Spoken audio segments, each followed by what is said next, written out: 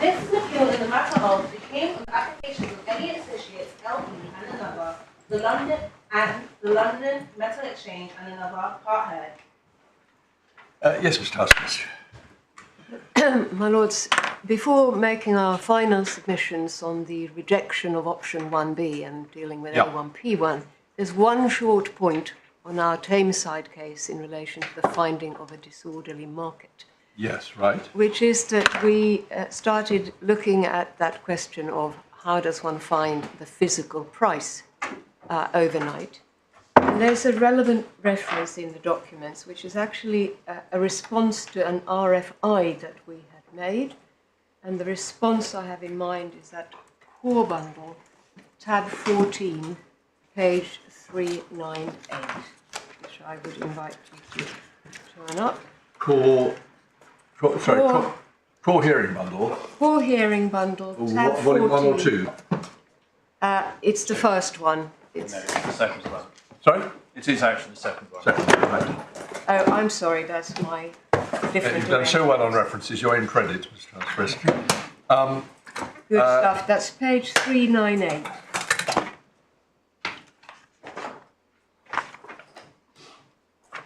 And it's questions 5, 6, and 7 being answered on that page.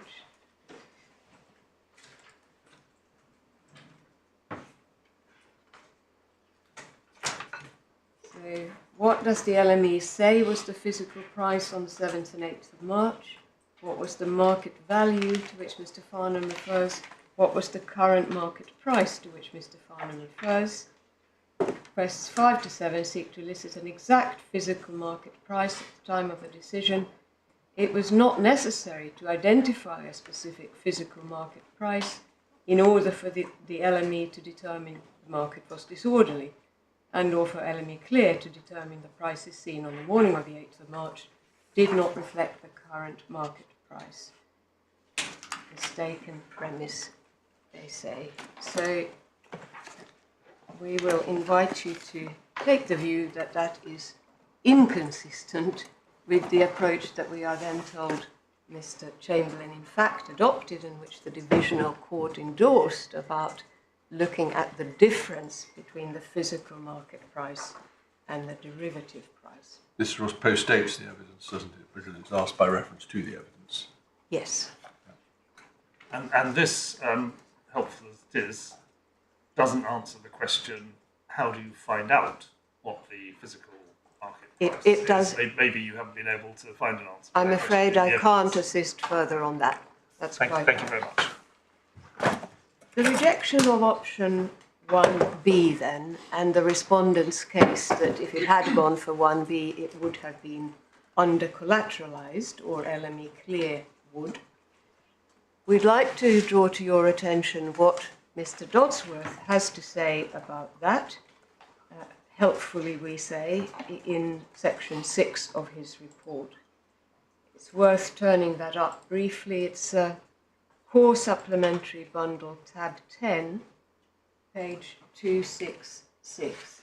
That's where his report starts, but we can actually go straight to page 275. Sorry, I was just behind while you giving us the reference. No, not Core, at all. what page? Core Supplementary, page 275. Thank you very much. And the particular paragraphs we highlight are 618 to 625. And if I can just take you straight to 6.23 on page 276, one sees Mr. Dodsworth saying, having formed the view that the 8th of March trade prices should be disregarded for margining purposes, it would have been consistent for LME Clear and appropriate from a regulatory perspective to have adopted the same approach as it did for the overnight margin call on the 7th of March in respect of calculating margin for the trades entered into on the 8th of March. And then if we leap down to paragraph 6.25, option 1B therefore accords with the LME Clear's regulatory obligations when considering that this option would have denoted both standard initial margin and variation margin calls to be made on the basis of the 7th of March closing price, following a conclusion that that price was representative of market value. Now, the divisional court were not, I think it's fair to say, entirely complimentary about Mr. Dodsworth's report, but if we look at paragraph 202 of the judgment on page 148, we see that the point that they pick out for disagreement with him is not his general analysis that once you have what is considered a good proxy for the market price, you can happily margin against that price. They don't take issue with that analysis, and that we say is very important. The analysis that there's nothing wrong with margining at the price, provided you have determined what it is.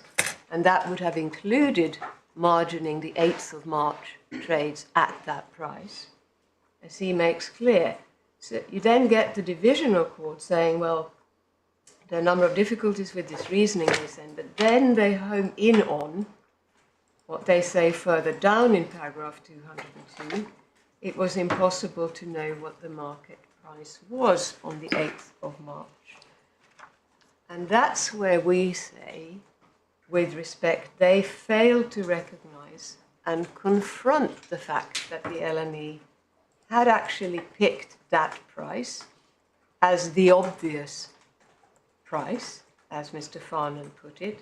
They say it was a stopgap, but that must be seen in the light of the fact that they then kept on seeing margin by reference to that price until the market opened. And we say, well, if they're going to reject option 1B on the basis that that price, that obvious price, was not right, was not a good proxy for the price, then they needed to confront the logic of what they had done. They needed to work out why then they say that that 7th of March price, the price when the market was last good, as they themselves saw it, they needed to work out why that wasn't right. And if they were going to cancel the trades, and I'm now really looking at that from a proportionality perspective, because we're going to come on to that under A1P1, they surely needed to work out whether there was then another price that could be used, that would be a better proxy for the price, that could have been used in a way that would still have allowed the trades to stand. And when I say allowed the trades to stand, I am now ex hypothesi accepting what was otherwise their rationale for cancelling the trades, which of course we don't, but just for the sake of this particular argument, I'm saying, well, even if you take that at face value, they surely needed to look at what might be done so as to balance the various interests and not simply cancel the trades. But I'll come back to that under A1P1. Can you just remind me, I ought to know this by now, is there a specific regulatory formula for the principle on which you set margins? Because there's a lot of, you've used the phrase the price, Yeah. and sometimes you use the phrase the true market price or the market price. I would have thought that the underlying concept is is more the price which will protect you to an appropriate degree against the risk of default. That's to say, protect the person who will ultimately have to pay. And that, anyway, that's my thinking. That's why I'd just like to be reminded what the actual principle is behind which you identify a price for the purpose of margining. the price, I don't think there's any dispute about this, that the price is not determined by reference to what it ought to be in order to somehow then inform margining. The price is meant to represent a proxy for the current market price. Current market price is the phrase used in clearing procedure 610. Well, sorry, I'd at. forgotten that from yesterday. So if I looked at 6310, that is the formula. Sorry, six. Say it again. Is it 610? 610. That is the formula I would find. Thank you. Yes. So, yes. I mean, I think I probably can't go much further than that. No, that's key fine. I just idea. wanted to be reminded what the source was of what we were talking about. Thank you. Finally then, before A1P1, there's the business of the LME Clear's case, that there was in any event a concern that members would not have been able to meet even the lower margin call of 570 million. We sort of started on that yesterday, and I had shown you paragraph 140 of Farnham 1. I'll take this really quickly, if I may. Mr. Farnham makes reference to the so-called second default risk spreadsheet, and I'm not asking you to turn it up, but you have it in Core Supplementary Bundle, tab 19, page 331. And what you will see is that it sets out the amounts that various members would have had to pay on this lower level margin call. And it shows that one member, in fact, would have had to pay the bulk of it at about 423 million odd. But what you don't have in that spreadsheet is an analysis of how members would have responded to that in terms of their ability to pay. You don't have that. So Mr. Farnham can't say, well, it was clear from the spreadsheet that there would be multiple defaults. Is it not the case that with his knowledge of the market, of the exchange, he will have in a position to make an informed judgment whether margin calls at that level are likely to be affordable? He will, of course, have some idea of the position of different members, no doubt. But we maintain that what he can't say is, well, I look at the spreadsheet and from that I know that, etc. That would require, in our submission, more detailed analysis, and it simply doesn't come from the spreadsheet. But there is a more fundamental problem, we say, with his analysis, which is that when you move on, and I won't actually ask you to turn it up because I don't think we need to, when you move to paragraph 141 of his first witness statement, we see that he seeks to justify what he says about risk there by reference to another witness statement by a Mr. Jones, risk officer of LME and LME Clear. The reference is to paragraphs 43 to 44 of Jones 1, Supplementary Bundle, tab 8, page 121. Again, don't ask you to turn it up, but the simple point we make is that when one looks at Mr. Jones's evidence in those paragraphs, he refers to the much, much bigger margin call that there was a concern would have to be made if there was margining at the prices of the 8th of March trades, i.e. the 19.75 billion. So it's a cross-reference that simply does not work for the point that Mr. Farnham is seeking to make. And that then is repeated in his second and third witness statements that refer back to paragraph 141 of his first statement. So on that basis, the evidence simply does not justify the outcome that LME Clear and LME arrived at. Which brings me then finally to A1E1, where we make 3 key points. The divisional court was wrong to find that Elliott didn't have any possessions for the purposes of A1P1. It was wrong to find that there was no interference with our possessions, and it ought to have gone on, thirdly, to find that the respondents were not able to justify the interference, which we say was plainly disproportionate.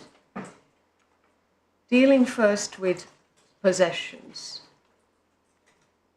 Common ground that Elliott had agreed trades, meaning all the commercial particulars of the deal had been agreed between a willing seller and a willing buyer.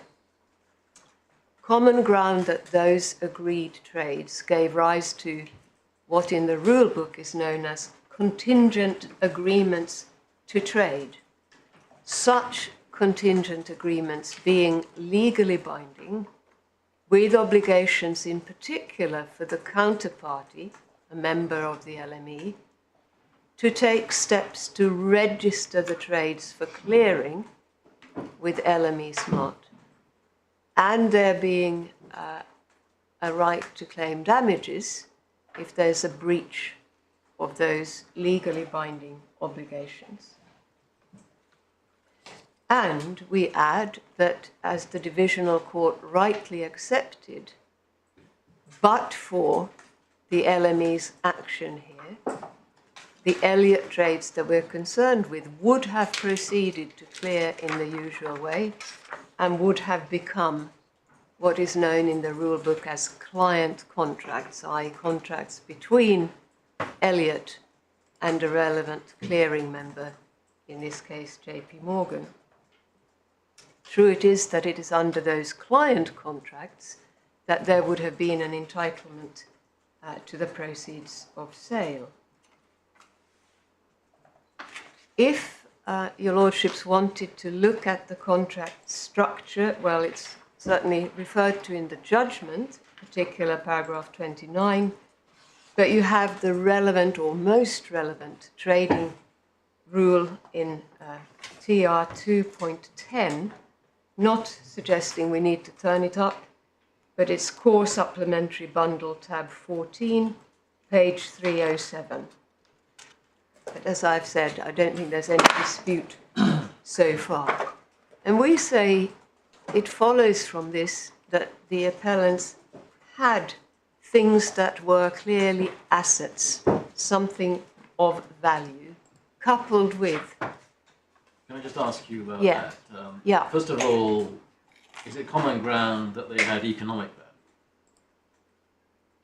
I cannot see how it could not be common ground that they had economic Yeah. value. I see that. And secondly, were they assignable?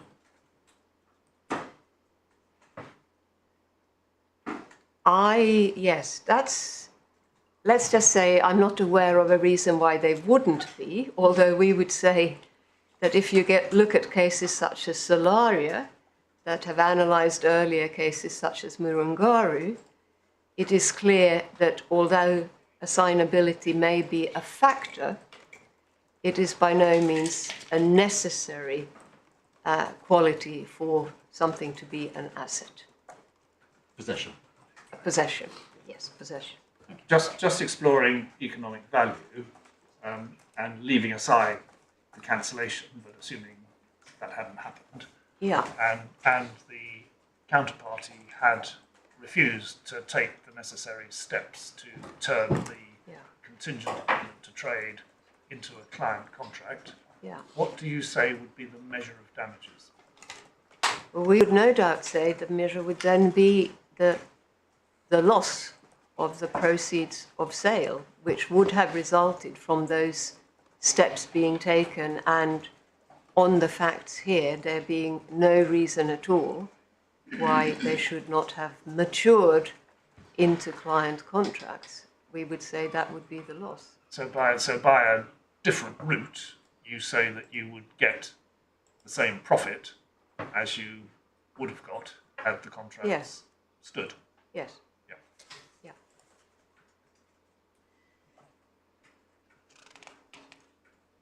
I think I already said that it was common ground, but if I didn't, I should have said, and certainly the divisional court accepted, that the checks and processing that clearing would entail would have been gone through, we would have passed, as it were, had it not been. I did say that. It is paragraphs 227 to 228 of the divisional court's judgment.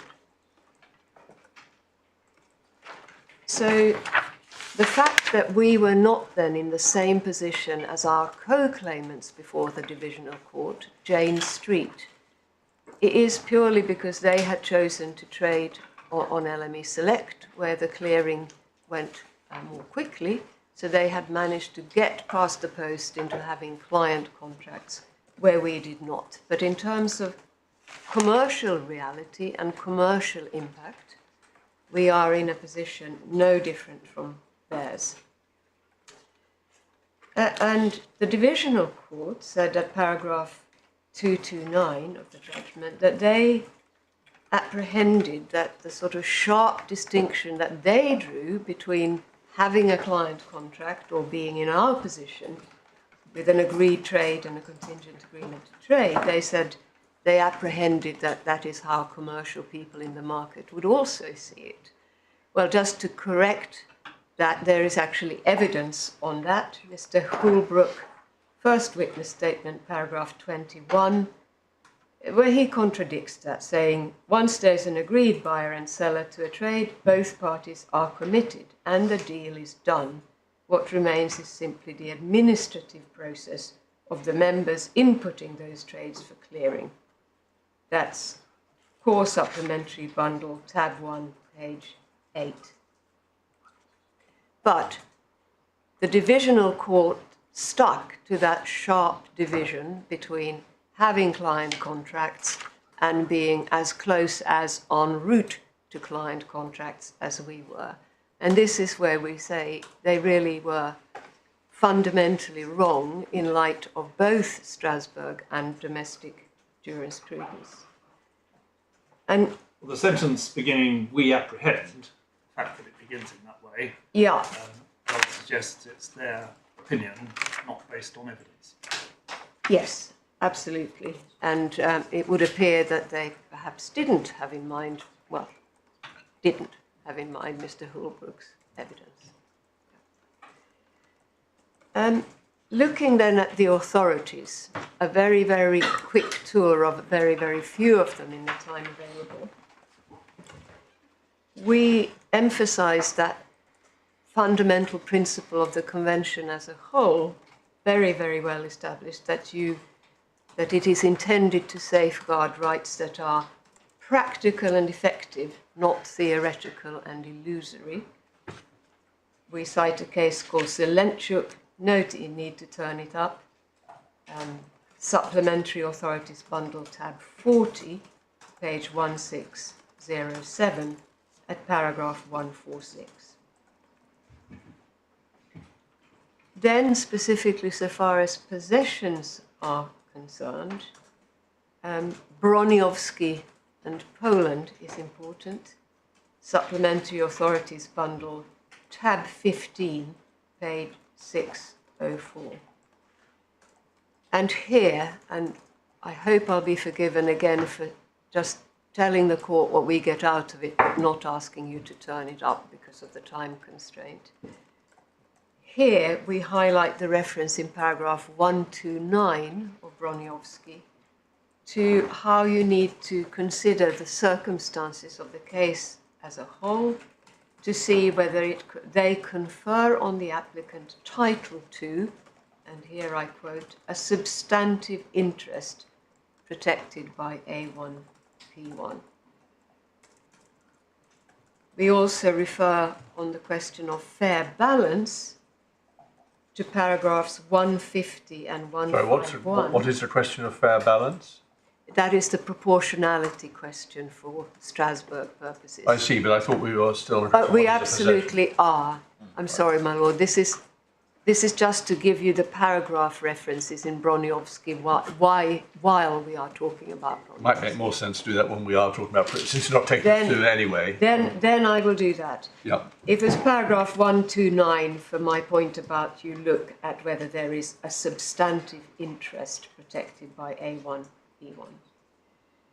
We also relied below and rely now on a case called Depal against France, which you have at Supplementary Authorities, tab 23, page 901. And if I can just ask you to turn that up, it should be, I believe, volume 2 of the supplementary bundles. Yes, helpful if someone's put the tab numbers on the back of the bundle, so Very good. we can do that.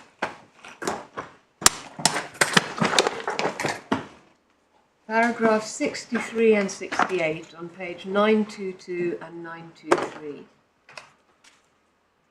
At 63, the concept of possession... Sorry, you were a little bit ahead of me.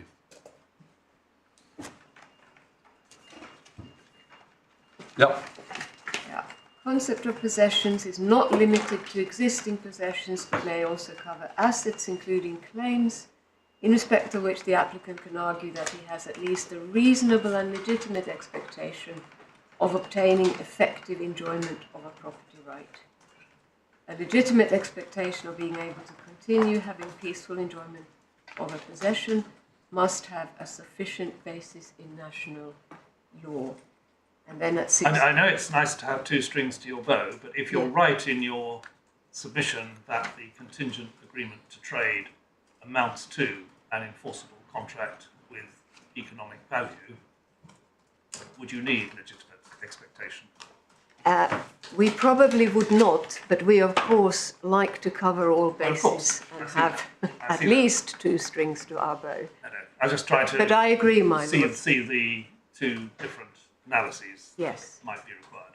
And I should say for those purposes in our submission, it doesn't really matter whether in fact the members had managed to take steps to register the trades before the suspension decision struck, or whether they had not. We know that they all endeavoured to take the requisite steps, and I think one of them managed to get across the line before the suspension and two of them didn't. But either way, we were deprived of the fruits of the contingent agreements to trade and indeed the client contracts we would have had. But just to complete on Depal, paragraph 68, however, the court would reiterate that the fact that the domestic laws of a state don't recognise a particular interest as a right or even a property right does not necessarily prevent the interest in question in some circumstances from being regarded as a possession within the meaning of A1P1. In the present case, etc., I don't think we need to go into the facts there. Now, that, we say, is all entirely consistent with our analysis, and I will now particularly proceed on the basis of our second string to our bow, but not in any way abandoning number one. Entirely consistent with our analysis, but we then have the divisional court taking a different view.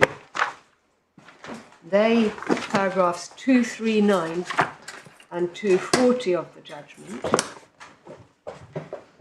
fastened on the idea in Depal that there had to be a sufficient basis in national law, which we don't disagree with at all, sufficient basis for any asset or possession. And they said, paraphrasing of course now because they're quite long paragraphs, but they said Elliott faced the problems that, one, it did not yet have a proprietary interest recognised in law or any relevant legal interest. So, sorry, where are we reading from? So I was quoting now from the relevant parts of the divisional court's judgment. Yes, but which paragraph? 239. 239 on page. Yeah, I've got it. I just can't find the words you're Oh. reading. I'm obviously going mad. It does happen. So Elliott it's faced the end. It's right at the end of 239, beginning at the bottom of page 154. Here, therefore, the Elliott Yes, I see. Claimants. Yes. And then at paragraph 240, one get a reference to how the legitimate interest, as they called it, had to relate to an asset, which the court concluded that Elliott did not have. Well, all of those points, we say, represent, with respect, a misreading of the ratio of Appellants. If we pick up first what they said in paragraph 239 about no proprietary interest or any relevant legal interest, that is not what Appellants speaks of as a requirement. You'll recall Appellants talks about assets including claims in respect of which the applicant can argue that they have a reasonable and legitimate expectation of obtaining effective enjoyment of a property right. So one just doesn't get those hard-edged criteria from the PAL. And so far as assets are concerned, we say if we need it, string 2 to our bow, we plainly had an asset, not just in the agreed trades, but then the contingent agreements to trade, legally binding, enforceable, etc. And to the extent we need it, coupled with, and I always see it as a kind of bubble hovering above the contingent agreement to trade, a cast iron legitimate expectation that this would mature into, bear fruit in terms of client contracts. Does the divisional court analyse what legal rights you have as a result of a contingent agreement to trade by looking at TR 210, which I think you mentioned to us and summarised, but not taken us to? I would say the answer to that is that they don't analyse it, and they don't in the sense of saying, of cross-referring to the nature of the agreement and how it then plays in the context of what is a possession. There's certainly no detail. And the fact that it gives rise to a liability and damages and so forth. Yes, I think that is mentioned, but it isn't then translated into analysis in our submission, or relevant analysis, when it comes to analysing whether we had a The possession. only real analysis, as I read the judgment, was at the paras 31 to 33, which, as it were, sets out the basics, but doesn't Yes. consider, because at that stage they're really just scene setting, doesn't Yes. consider the sorts of questions my lord was Yes, suggesting. I think that's right, my lord. I think what you're saying is that there's a fundamental misdirection of law, particularly in paragraph 239, because they appear to be requiring a proprietary interest. Yes, I do say that. I do say that. Does the case of Cheney have anything additional to add? You haven't cited it to us, although you did to the divisional court. Can we just take it that's materially the same as... It's materially the same analysis. Now, the divisional court suggested that Cheney could be distinguished because there you had a preliminary contract for sale of land with a commitment to enter into a contract that would actually then give a right to the land. And you may have seen in para 239 of the judgment, the divisional court said, well, that's different because here the contingent agreement to trade didn't give Elliott a right as such to a client contract. But we, with respect, say, if you apply the DePaul reasoning, which also reflected in Cheney, that simply doesn't matter. It's not a relevant distinction, nor, I should say, is the other distinction offered by the divisional court in para 239 relevant, which that distinction was, as we understand it, the fact that the commercial deal, the agreed trade, would be between Elliott and a commercial counterparty, a member of the exchange, but ultimately the client contract would be with their clearing member, JP Morgan, a different party. But why does that matter? One asks rhetorically, and we say it simply doesn't if you properly analyse and apply the DePal reasoning mirrored in Cheney. But you seem to have two submissions which are distinct. One is that you had a contingent agreement to trade, and that was itself a possession because it satisfied all the requirements of economic value and so forth. And the other is that you had a legitimate expectation of a client contract, which is the final. Linked to what we say would undoubtedly be an asset properly so seen, which is then the contingent agreement to trade. Yes. But with the former submission was made to the divisional court, was it? Yes. Right. Yes. Yes. Okay. Where do they reject that? In the divisional court judgment?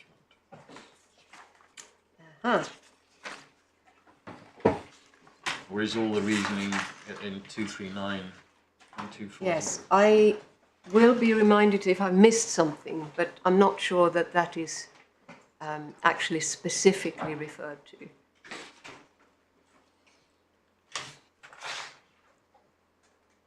As I say, I will be reminded by those behind me if I've missed something. Yes, I don't know if it helps. At 235, they characterised your argument as being essentially based on legitimate expectation.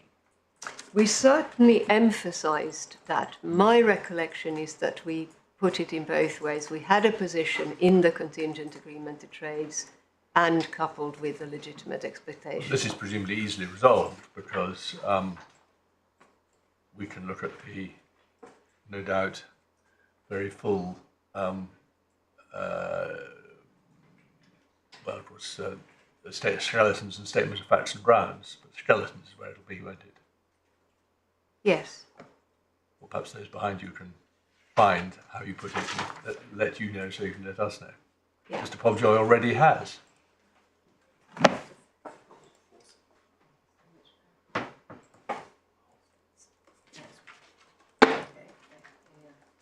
Okay, I'm reminded that our skeleton below is at tab 20, pages 475, relevant bits to 478. Tab 20 of what? Of the core bundle. Cool.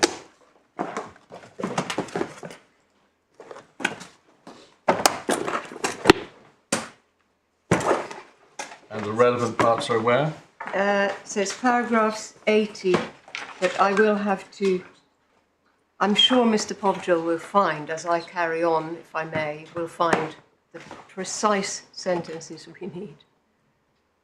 Right, yes. Okay, well, we'll keep that to one side until...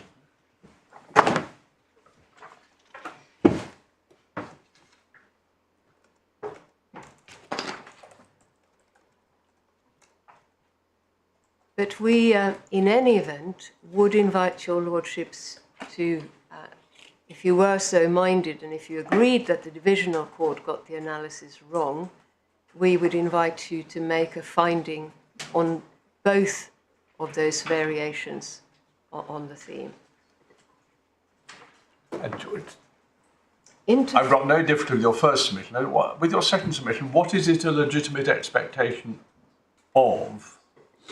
It's a legitimate expectation of obtaining client contracts. So you wouldn't be a party to a client contract? Yes, we would be. Oh, sorry, have I misunderstood Yeah, how it works? absolutely. We would be a party. That is the contract. Yes. I'm sorry, but that That is shows the I thought I'd contract that understood it, would- but obviously I hadn't. We would be a party to that, and we would, through that contract, be entitled to sale proceeds from the sale that we are concerned with, or the sales that we are concerned with. Yes, I see. So is this right that if everything had happened as it ought to have done, you say, then JP Morgan would have a contract with LME Clear and you would have a back-to-back contract with JP Morgan? Yes. That's the structure. That's the structure. And where you dealt with somebody else, there would be a give up. Is that right? Yes, that's exactly right. To bring about that Yeah, structure. yeah.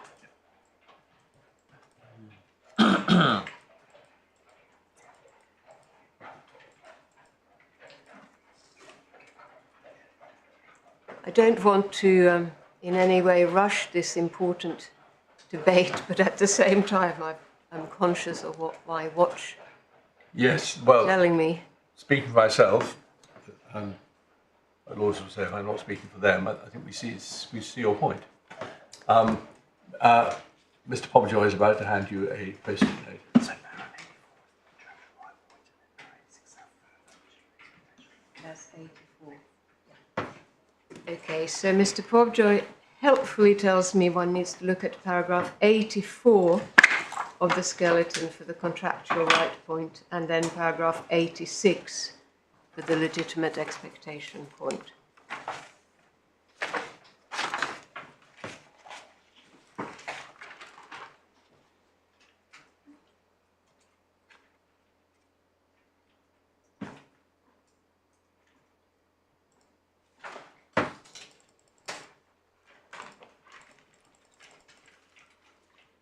I see. So the structure of this, it's all rather dense, but the structure,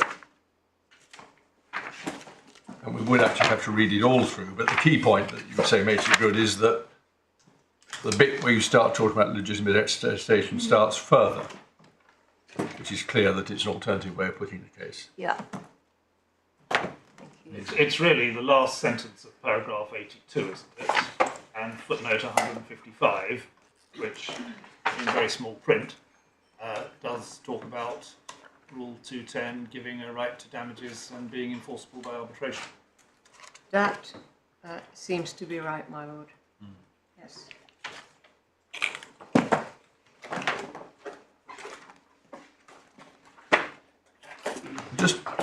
Just satisfy my curiosity. As you say, because this wasn't a trial with oral evidence, Yeah. it's through. How long did closing submissions take? How long did they take? I think we had 2.5 days. I think. Well, Or was it 3 days? the front says it was a 3-day case. Yes. So, I mean, I think we divided up submissions evenly then also, I think. So, half of 3 days. Well, that would have been Yes, not I just see. closing, Sorry, I'm being but very it would have slow. been, it would have been a traditional In fact, yes, it says the JR. whole. Yes, all right. It would have mirrored this, in effect. It would have been very like but this. in somewhat longer time. But with the oddity that in a case of this kind, you have a much rather more focused skeleton. Yeah, well, there we are. I see. Yep. Thank you, my lord. I'm very conscious of the time, but wonder whether it would nevertheless be helpful. I hope it might be for me to take a few more moments to complete. Well, we were trying to work out what your deal meant in terms of how required adjustment of your previous. We thought you had an hour. Oh, this morning. Yes. I'd like to say You're yes, addressing but- us as if you're begging for more time. Yeah. I think it was actually 45 minutes this morning. Oh. And I feel, in all honesty, I feel I have to agree with my Lord Justice Singh and Yes, I see. And Well, not grasp why don't you take the advantage offer. of my misunderstanding, and we will give you till we'll give you until 11, and if there are knock-on effects for Mr. Crowe, he's put at some disadvantage, we'll have to find some adjustment for him. I'm very grateful. That's all we can do in one way or another. Yep. Very grateful for that. Well, moving on then to whether there was an interference with our enjoyment of our possessions. One might have thought that would be clear-cut on a common sense basis. Here are all these valuable trades. May I just say this? I don't know whether I speak to my lord. If you really are only got another 10 minutes, for me at least, you may want to say a word or two about interference. I'd like to hear more about proportionality and the relationship between proportionality and rationality. Yes. And also that we're the Court of Appeal and not the first instance. Aye.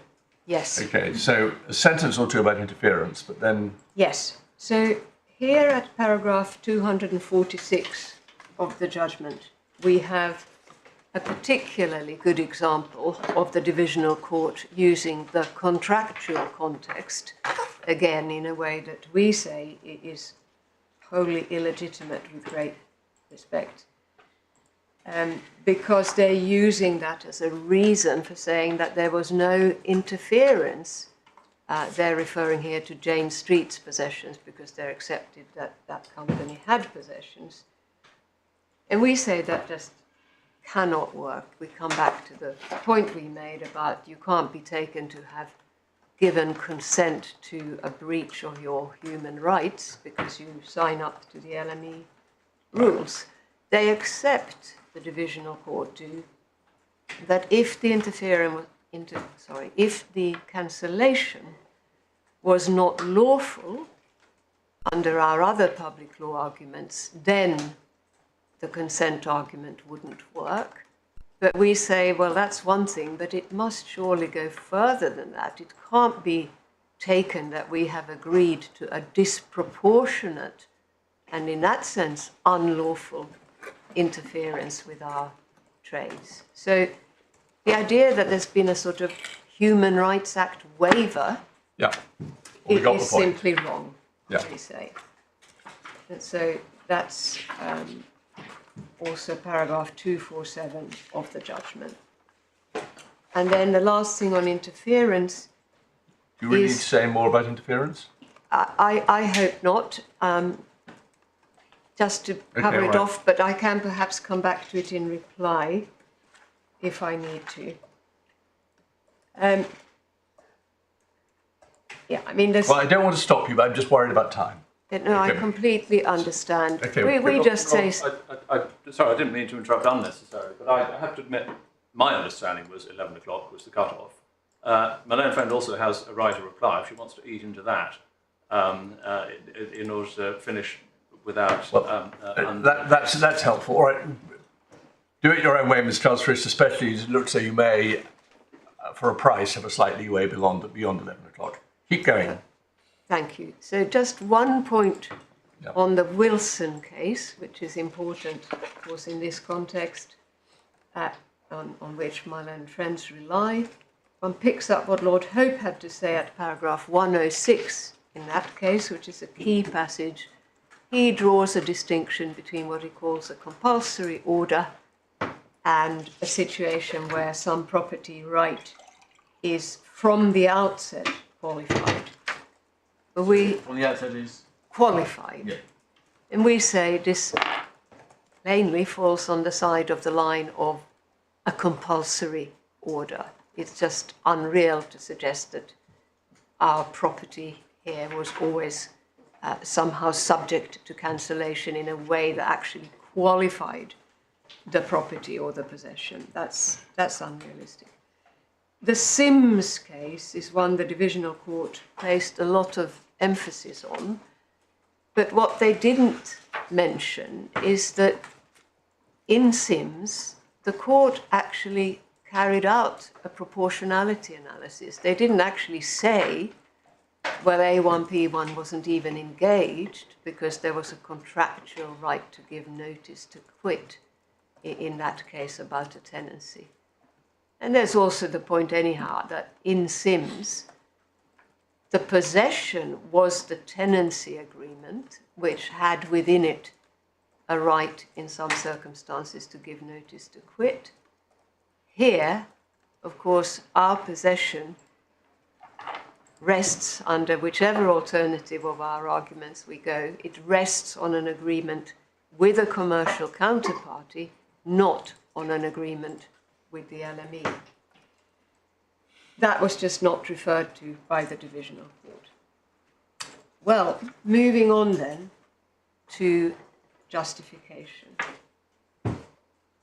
If we are right so far, then the burden is, of course, on the respondents to justify an interference with our enjoyment of our possessions. And we say straightforwardly, they have not discharged that burden. The first requirement of A1P1, as you will know, is that the interference should have been lawful. So I don't think there's any dispute that if we were to succeed on any or all of our other public law arguments, that requirement would not be satisfied and we would have a breach of A1P1. But it isn't just that. This is where we come back to the point put to me by my Lord Justice Singh yesterday about the inherent quality of foreseeability that needs to be present in the relevant rule or law that is applied. We're talking about whether something is prescribed by law, and that actually looks at the quality of the law, as it were. It looks at whether what was done was foreseeable, whether there are guarantees against arbitrariness, whether there's provision for some procedure to be followed to enable a party to make representations. If I may, I'll give you 3 case references and perhaps super briefly take you to one of them. These are all, of course, well-established principles, but I underline them because they are an important part of our case here. So, first case is called Al-Nashif, which you have at Supplementary Authorities, tab 12, page 462, and it's paragraph 119. Second case is called Vistins against Latvia. That's Supplementary Authorities, tab 28, page 1153. It's paragraphs 96 to 97. And then the Justice for Health case at Authorities Bundle, Supplementary Bundle, tab 33, page 1440, paragraph 141. And if I could just invite you to turn that up.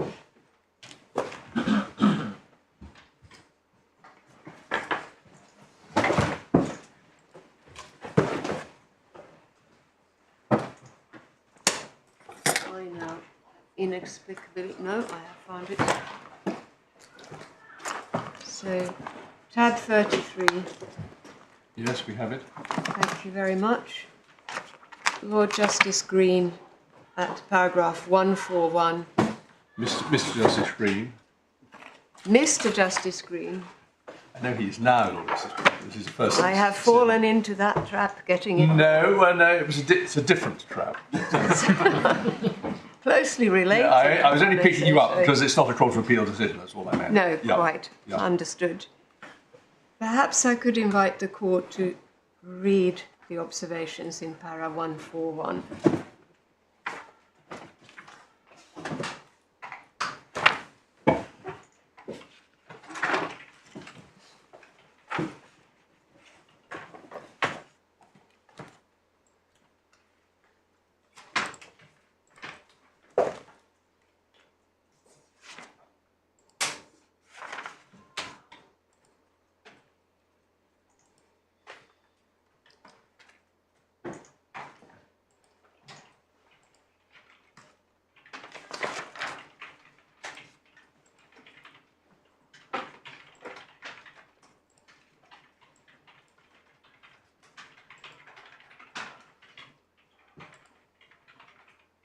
Yes.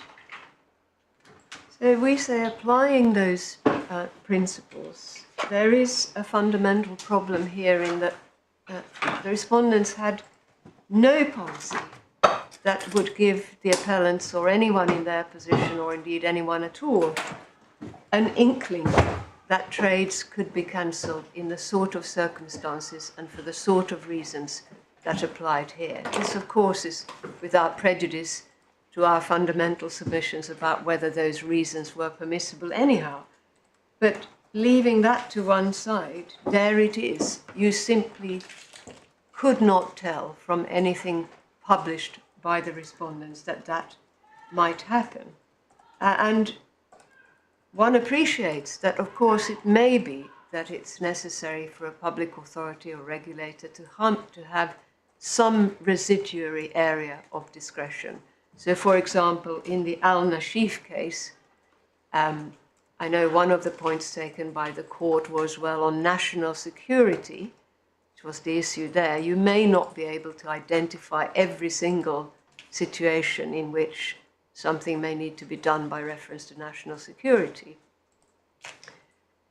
Well, applying that sort of thinking here, maybe every single situation could not be provided for. One understands that.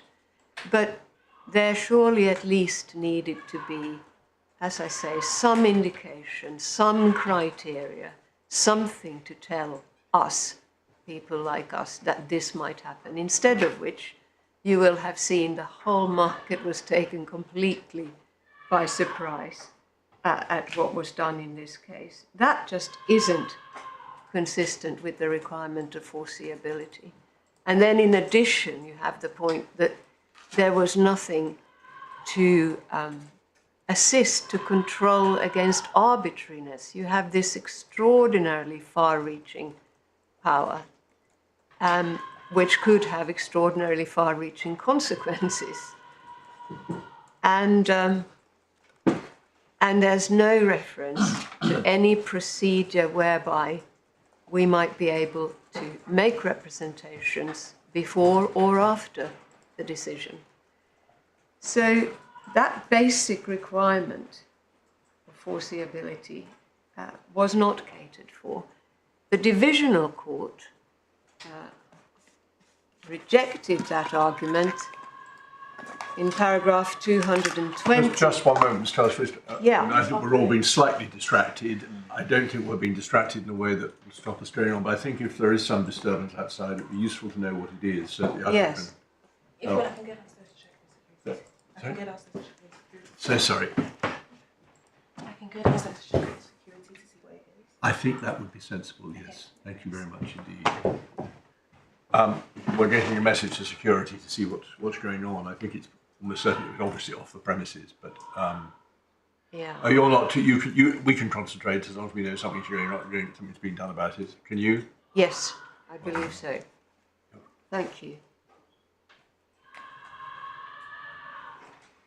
So, yes, I was mentioning paragraph 220 of the judgment on page 151, where the divisional court again deployed the idea of the contractual context to reject our argument. Halfway down para 220 or so, they say this standard is applied sensitive to context, and by this standard they mean the foreseeability standard. This standard is applied sensitive to context. In this case, it's significant that TR22 applies to a class comprising highly sophisticated and well-resourced commercial actors who chose to contract on LME rules, including TR22. We have set out these matters in more detail above. We have no doubt at all that the requirement for legal certainty was met. TR22 formulated widely, but not unduly so. The first sentence of the rule is a sufficient indication of the circumstances in which the power to cancel transactions will arise, while the second sentence permits the LME to cancel a transaction where it considers it appropriate. That doesn't defend the requirement for legal certainty, given the LME's position as a regulator and the requirement that any exercise of the power be in accordance with ordinary public law requirements. Well, in the light of the principles that we have pointed to, we say with respect that simply isn't a correct analysis. And the idea that parties such as my clients would know what might hit them in terms of the trades being cancelled, simply by reference to the first sentence in TR 22.1. One moment.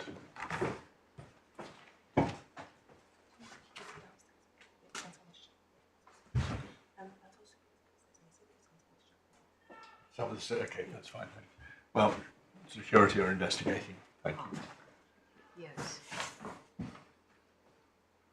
Yes, so we say wholly unrealistic to say that it is sufficient, as the divisional court did, to look at the first sentence of TR 22.1 and say, well, that tells you something about the power to cancel. I know I already made the point yesterday that the power to cancel is so qualitatively different from the power to halt trading. You're still on your first point of proportionality, which is justified by law.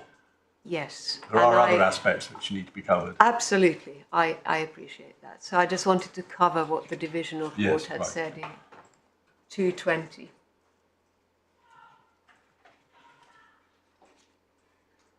Yes, very last point on that. TR 22.1 just refers in the first sentence to suspension where there's a significant price movement in a short period.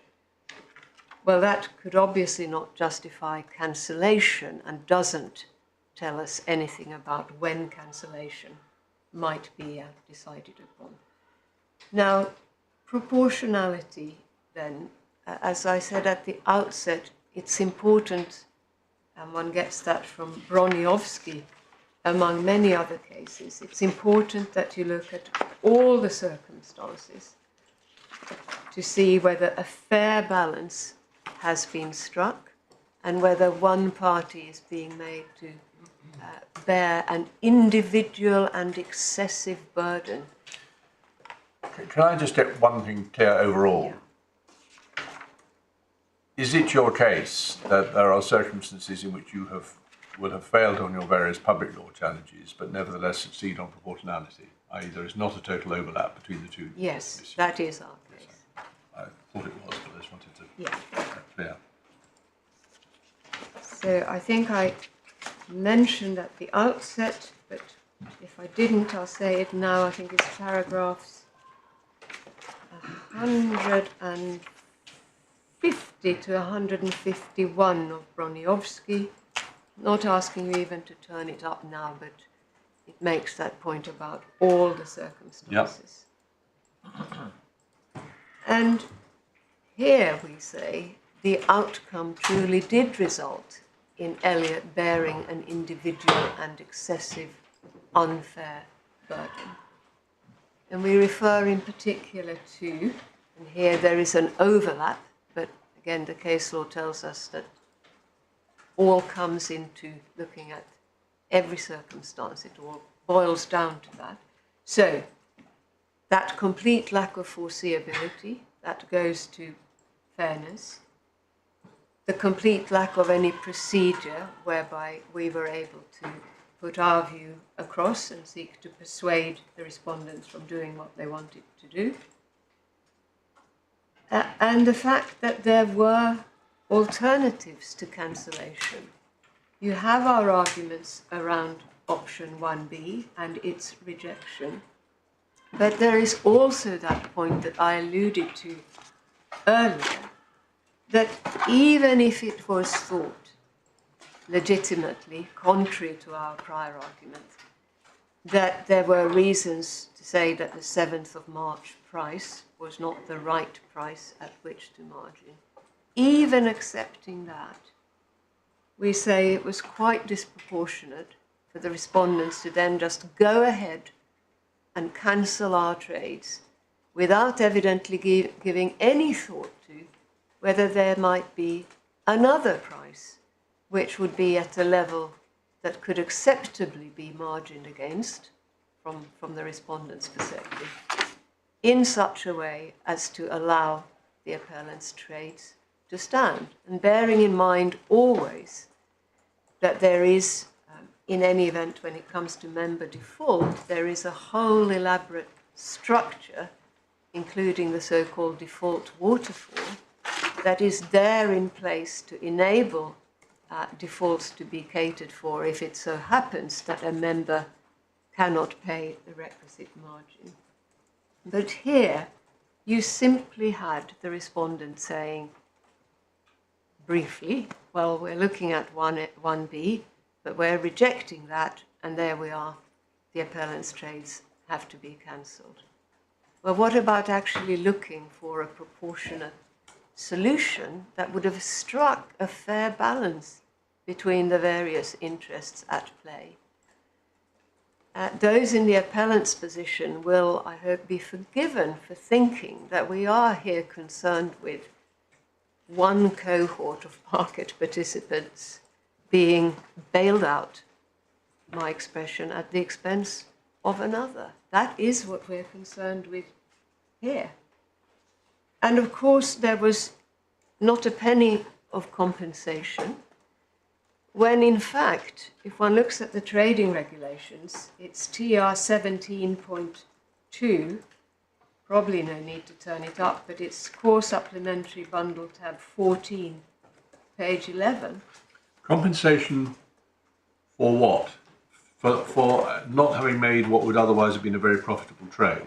Well, for having made that trade and then having been deprived of the proceeds of that trade, the trade being, your possession being wiped out. Yeah, I understand that, but I'm just trying to identify what you have lost. It is a loss of profit. Yes. It's your a assets. loss. Well, this begs the question, but the trade was obviously cancelled on both sides. The price you paid, or would have had to pay, was refunded, or so that I'm just trying to work out in my head whether that is equivalent to the loss that would have occurred if I'll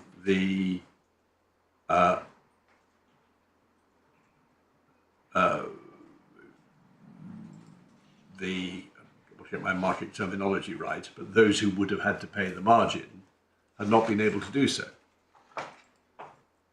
I don't think anyone has done, or one could easily do any sort of precise comparison in that way, if I have understood. I'm not talking about money, I'm just talking about correctly. conceptually the character of the loss.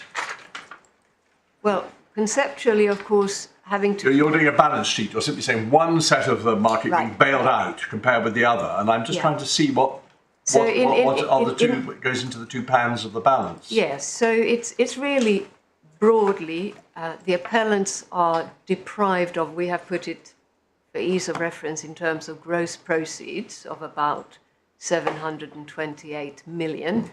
If it ever came to assessing loss, that would have to happen at a separate hearing, but that's a different point. So they have... Gross proceeds isn't the best way of looking at it. Sure, the best way of looking at it is profits. Yes, but we would have to, the precise profit would have to be, and precise damage would have to be I dare say, but ascertained in due course. I'm at the conceptual level. Yes. Yeah. What goes into the other pan of the balance? Well, into the other pan goes members who would have had to pay margin at a certain level, being allowed not to do so, and the default... Suppose it goes worse than that. Suppose they wouldn't have been able to afford to do so. What would have been the knock-on effect on the market? Well, then you would have had to, the respondents would have had to deploy this elaborate mechanism that Mr. Farnham describes in his witness statement that deals with dealing with trades that have actually resulted in losses and where margin have not been paid or the margin has not been sufficient. So there is this elaborate mechanism that is there to deal with that. Now, in relation to the 19.75 billion that it was feared might have to be called for by way of margin, in relation to that, there is evidence to say, oh, well, the default framework, including the so-called default waterfall, couldn't have coped in broad terms.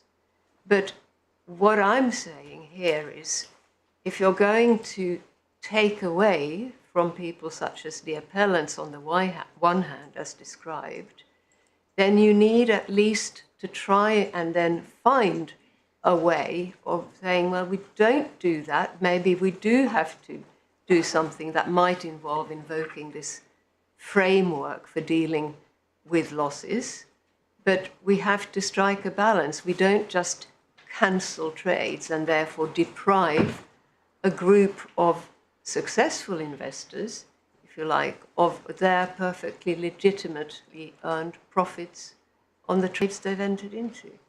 So I'm afraid one can't be more specific than that about the balance, but it's undoubtedly the case that with brief consideration, 1B was rejected, and then there's no reference in the evidence to, as I say, another option being considered then of margining at some different price that would have enabled that brings us back to their the balance. 1B point.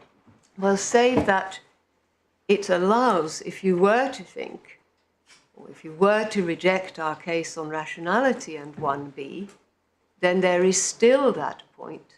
Well, why didn't they look at what would then have been, from their perspective, a proper price at which to margin that would have allowed the trades to stand?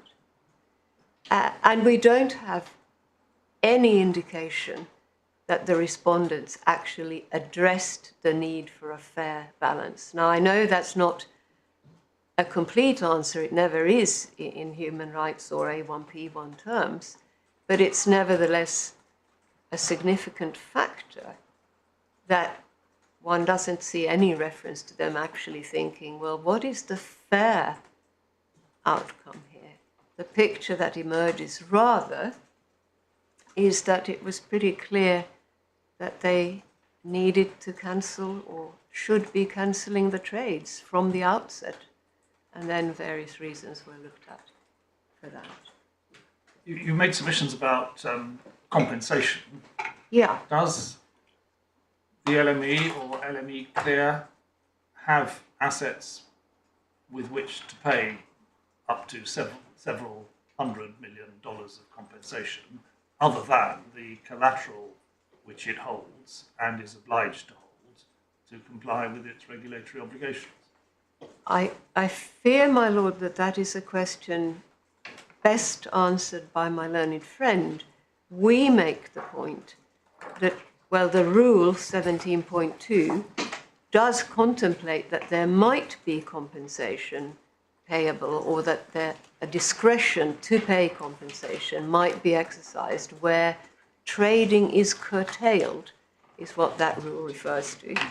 I'm just mentioning that, but whether they could or could not pay such an amount, the lack of compensation is always relevant in our submission when one addresses proportionality in relation to a deprivation of possessions, such as in this case. It's a factor that ought to weigh heavily against the deprivation. It's something to have in mind. If you're going to say, well, we can't pay compensation, then that has to be factored into the fair balance. Now, Yes. so you have your eye on the clock. If you do, you will realise you are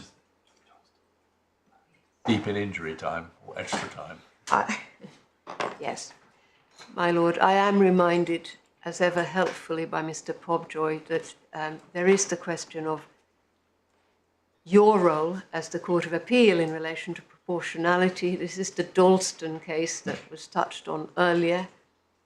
Our submission would be simply that here, where the divisional court did not address proportionality, it would in fact be the role of this court to step into the shoes of the divisional court, because you're the first court looking at it, to assess proportionality. That's how we would understand the Dalston analysis applying here. So that then, unless I can try to assist further, those are our submissions. Thank you very much. Yes, Mr. Crowe. Can I just get the lectern before I start? Of course. The usher's intervention seems to have borne fruit. Sorry, I was referring to the absence of the disturbance, not to. Thank you.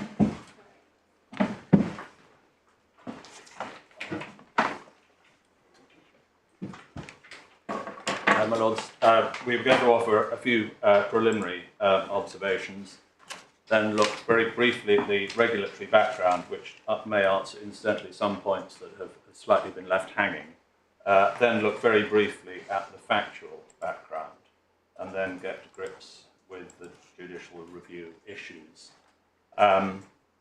We weren't going to say anything at this stage about one point you may have noticed in the respondent's notice.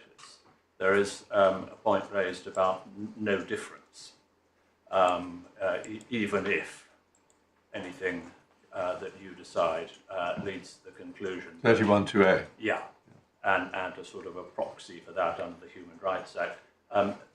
That isn't obviously covered in the Divisional Court's judgment because it didn't need to be, because they found no unlawfulness, and it doesn't seem to us to be helpful to offer sort of contingent submissions on that.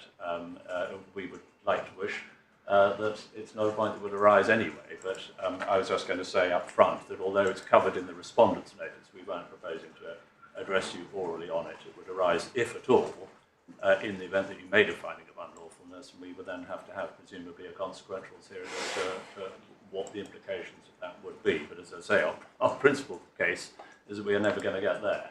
But I just want to be clear, what are you saying that if, to your regret, we do get there, you would like the opportunity to argue it as it were as part of a remedy? Yeah, essentially on paper, or if necessary, in a short hearing. Absolutely, but on an informed basis, understanding what you had found to be unlawful. No, well, I see why you put it that way. Well, I think, put it this way, unless we, having a chance to think about it, say we're not happy with that course, you assume that is a course that we take. Thank you. Yeah. And just in order to sort of explain our approach, we were going to leave ultra vires to the end, because we wanted to walk through the events and the decisions that were being taken, because the way that the appellant's case has been presented, because it's sort of focused on different legal issues in our submission, doesn't actually lay out the framework within which a succession of decisions was taken on the 8th of March. So we're going to take a slightly more chronological approach in dealing with the events that happened and the decisions that were taken. The other thing that we weren't going to do right at the beginning is deal with ground one, the contractual context, because essentially for the reasons that my learned friend adopted, which is that the question whether or not the divisional court fell into error by referring to the contractual context is a debate that can only be had by reference to the individual elements in the divisional court's judgment where that comes up. It's not a point of general principle. In the abstract, it is a point, if at all, that has traction in relation to the disposal of particular issues in the course of the judgment. So we have never argued, and the divisional court did not decide, that the fact that that there is a contractual context obviates the court's ability to conduct judicial review. It is dealt with as a contextual point, not a jurisdictional point. It's under the heading context in the judgment. And so its relevance as a contextual point must depend upon the context in which it is engaged in the course of the Court of Appeal's judgment. So I just want to explain why we're not going to deal with, as I say, with the contractual context point in the abstract on its own. So the regulatory background. I just want to put together a few things with which you may well already be familiar, but it may just be helpful to have them, so to speak, bracketed together. First point, orderly market. it is one of the LME's core obligations to operate an orderly market. And if I can do what my learned friend has done on a number of occasions, simply give you references without asking you to turn them up because the detail doesn't particularly matter. For the orderly market obligation, there's MiFID Article 48(1), which would be found in Core Authorities Bundle 1, Tab 3, page 305. And it has its domestic equivalent in the Recognition Regulations, Schedule 1, paragraph 4.1, and paragraph gloriously numbered 9ZB 1A, which will be found in the Core Authorities Bundle 1, Tab 1, at pages 40 and 42. And whilst it is very easy just to state that in the abstract, the implications in our submission must be borne in mind as the issues in this case are discussed, because what it means is that the LME's function is not simply to sit back as a passive spectator, offering a bilateral matching engine. It has a positive obligation to operate an orderly market, which means that it will be obliged, depending on the circumstances, to intervene in order to protect the market and specifically to protect investor access to the market.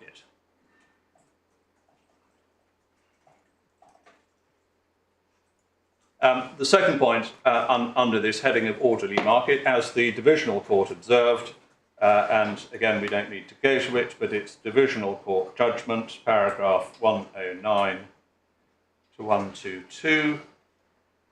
I don't imagine I need to give you the page references for the divisional court judgment every time. Paragraphs 109 to 122, there is no legislative or other regulatory definition of orderly or disorderly in this context. And again, the significance of that is that it is a matter of judgmental assessment for the relevant decision maker based on the expertise that it has acquired in its specialist role.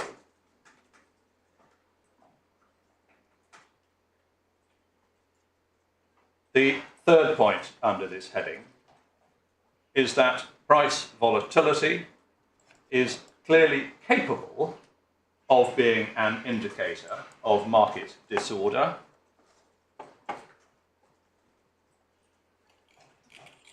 Extreme price rises, as you will recall, are mentioned in MiFID Article 48(5) and in the Recognition Regulations, Schedule 1, paragraph 3b, 1a. Both of those are in the Core Authorities Bundle 1, MiFID at tab 3, page 306, the RRR at tab 1, page 24. And just to remind you, I'm sure you have it well in mind, but just to remind you of the NASDAQ guidance, which is quoted in the Court of Appeals, in the Divisional Court's judgment at paragraph 113. So that's Core Bundle 1, tab 7, page 127.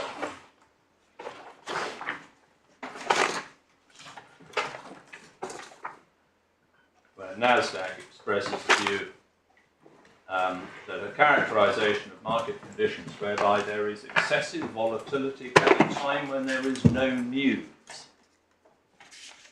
The volatility is often caused by order imbalances in some markets. Shorts trying to cover can cause disorderly conditions. If disorderly conditions can arise, sometimes trading is halted.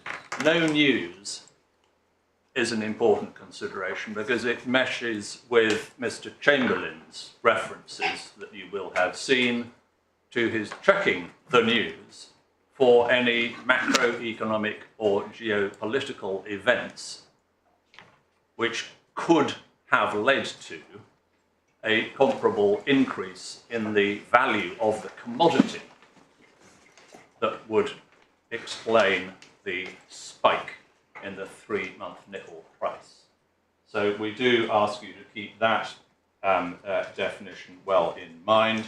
While you've got that page open, it just leads into the second point, which is based essentially on the IOSCO guidance, which is in the paragraph above, which is that a disconnect between a futures price and the commodity value is similarly capable. I mean, they're probably different aspects of the same point.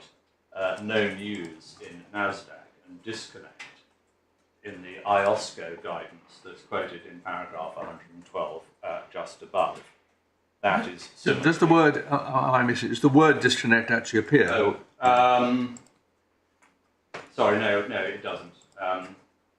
But in a sense, it's the converse that they are talking about in terms of orderliness of the market.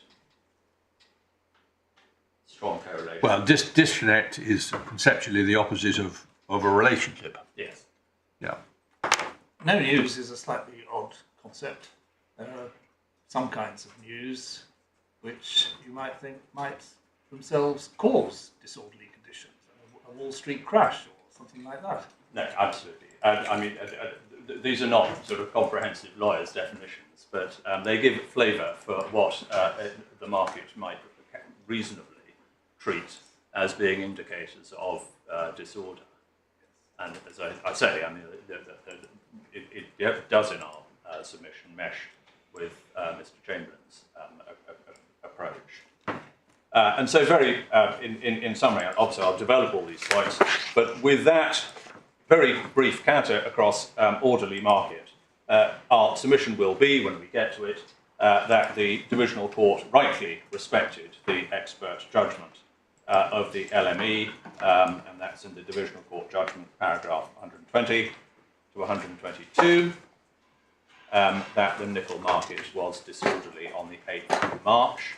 And when we get to it, as I say, but to foreshadow, obviously our submission will simply be that there is, on appeal, no proper basis on which Elliott can invite this court to overturn that assessment by the Divisional Court. Second point, that's orderliness and disorder. Second point, we just wanted to deal with adequate margin.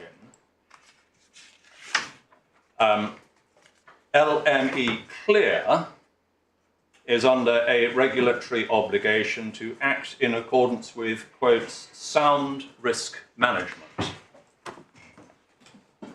Just before we get to that, you've amended paragraph 122 of the judgment, where the Divisional Court interpret Mr. Chamberlain's evidence as being that his decision on disorderly was because of a disconnect between the three-month price and the physical price. Yeah. I think a challenge was laid down yesterday that that was not in fact Mr. Chamberlain's evidence. Will he be coming? Absolutely, but I mean, it's absolutely his evidence. I mean, if you wanted it in one paragraph, it's paragraph 139 of his first witness statement, and he says it again quite in terms in paragraph 30 of his second witness statement. I mean, we'll come back to it, but that is precisely the basis upon which he made the assessment. I don't want to get too far ahead of myself, but No, I just no. noticed it as you mentioned. Sure. 122. So LME Clear, as I say, is under a regulatory obligation to act in accordance with sound risk management and to call sufficient margin to cover potential exposures. We see those in the UK EMIR, which is in the Core Authorities Bundle 1, Tab 2. Sorry, UK, what? EMIR. which is the transposed English. I can't remember what the EMI exactly stands for. Doesn't matter. So that's in the core authorities bundle 1, tab 2, in the relevant articles. I don't. You can get them out if you want, but I was just. I wouldn't mind seeing it.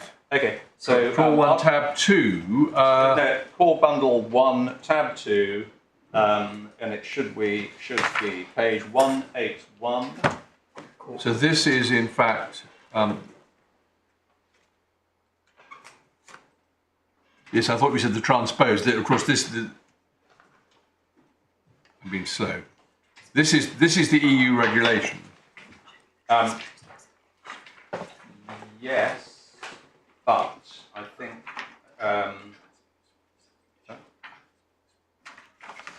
Oh, sorry. Okay. Apparently, the transposed one is in the additional bundle. Which is the right one? We want to get it right for our judgments for the material. For the material time, we will have been looking at the transposed one, won't we? We would indeed, yes. Which is in the additional bundle. Apparently so. Can we have the reference?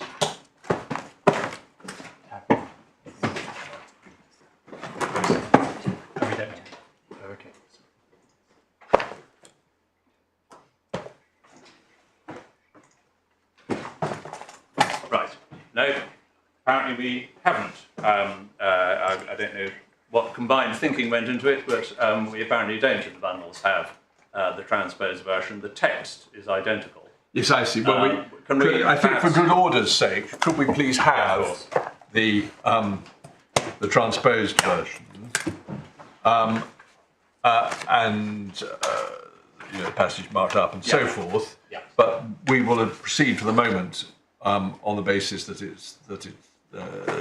we can find what we need. Yeah. So working on that basis, back in Core Authorities Bundle 1, tab 2, page 181.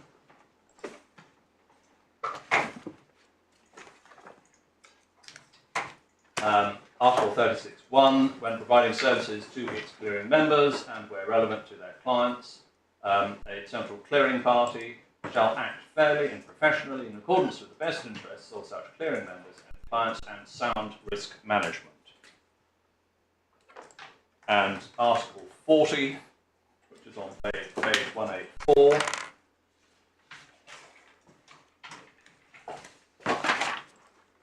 Article 40, headed Exposure Management. The CCP shall measure and assess its liquidity and credit exposures to each clearing member, and where relevant to another CCP with which it has concluded an interoperability arrangement, on a near to real-time basis. A CCP shall have access in a timely manner and on a non-discriminatory basis to the relevant pricing sources to effectively measure its exposures.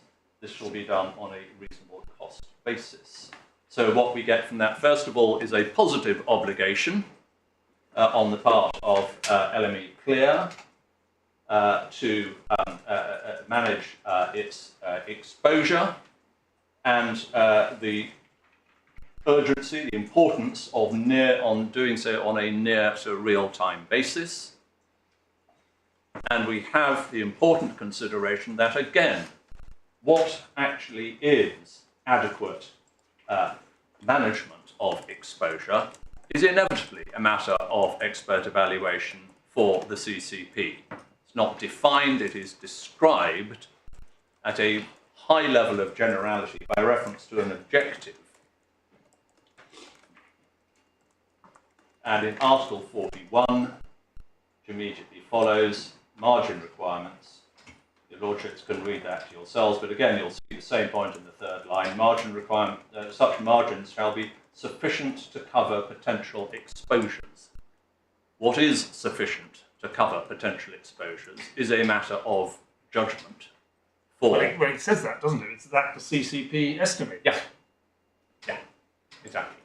So we just wanted to emphasise those points, that again, these are matters which do not lend themselves to right and wrong answers. They are matters of expertise, and they are things that need to happen on a timely basis.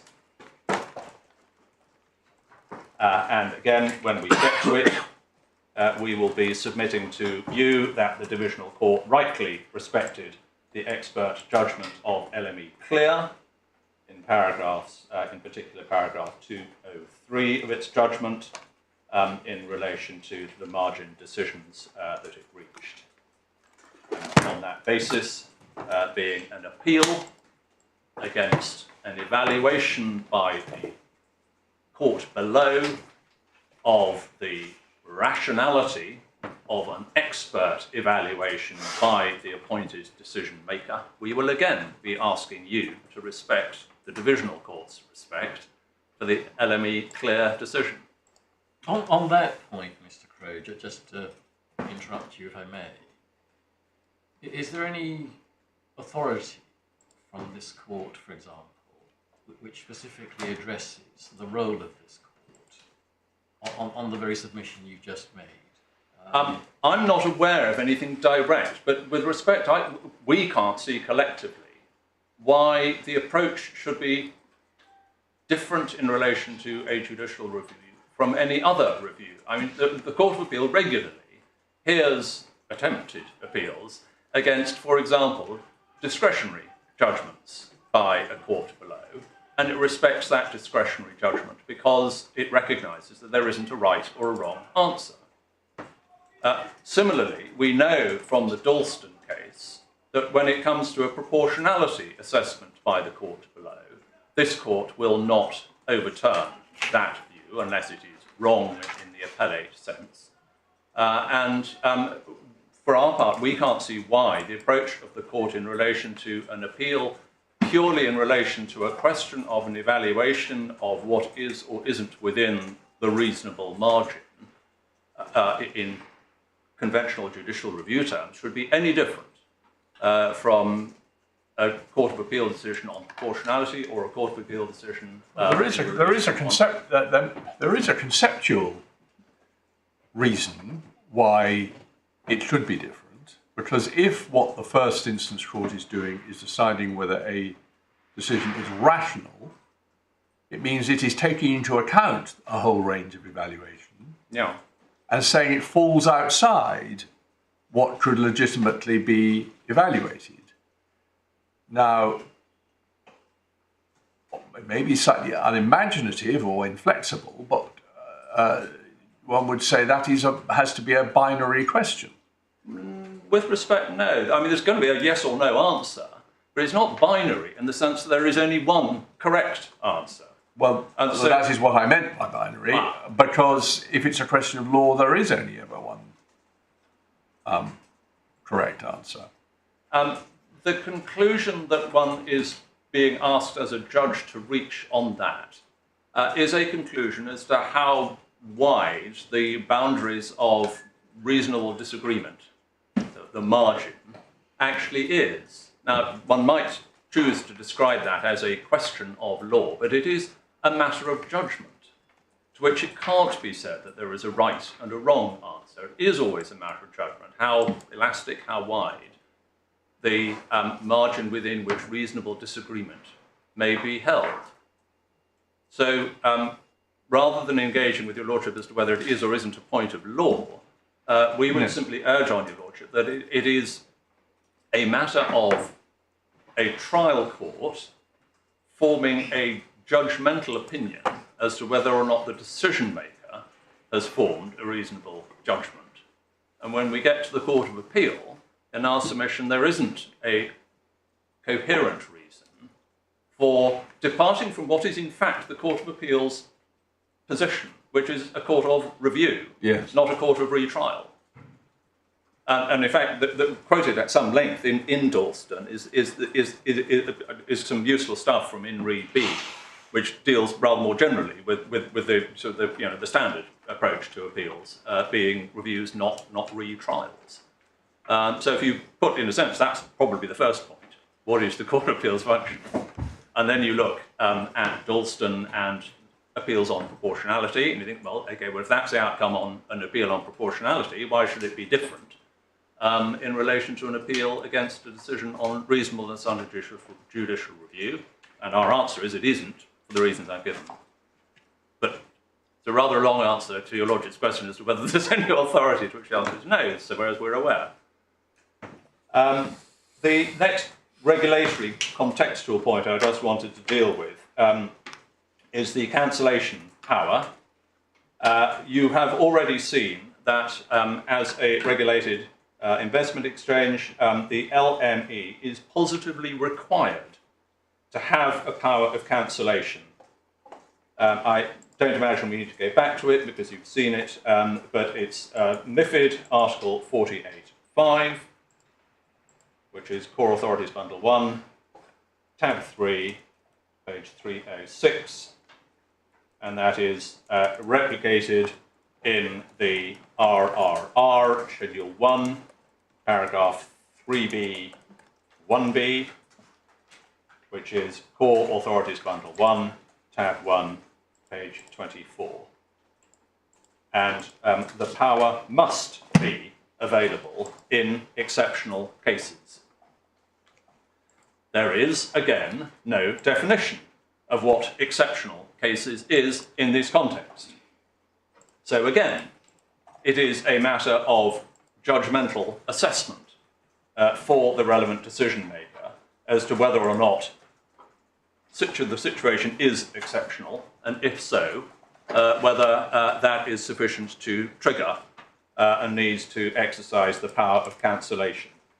And again, we submit that that being the regulatory framework, what this court is faced with is an informed decision. We'll go through all the detail, but just to top line it, what we submit this court is faced with is an informed decision taken by the LME, applying entirely reasonable criteria, a decision by the divisional court accepting that the designated decision maker took an entirely reasonable decision by reference to entirely rational criteria, and this court on that basis should not interfere.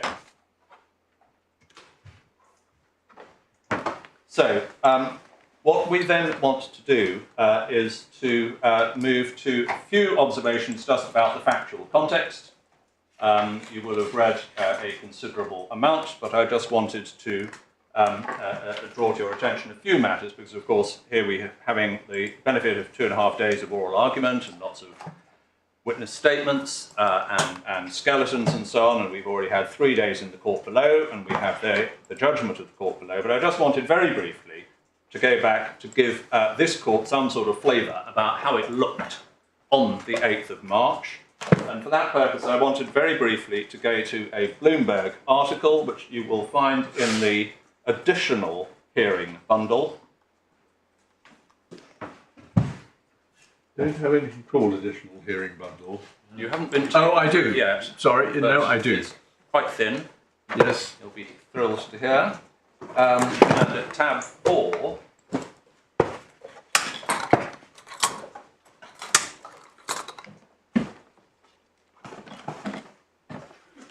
you will see Business Week, as I understand it, is a publication of Bloomberg, and you'll see an article at tab 4 headed "The 18 Minutes of Trading Chaos That Broke the Nickel Market." When the commodities price went vertical last week, the metals industry plunged into turmoil not seen since the tin crisis of 1985.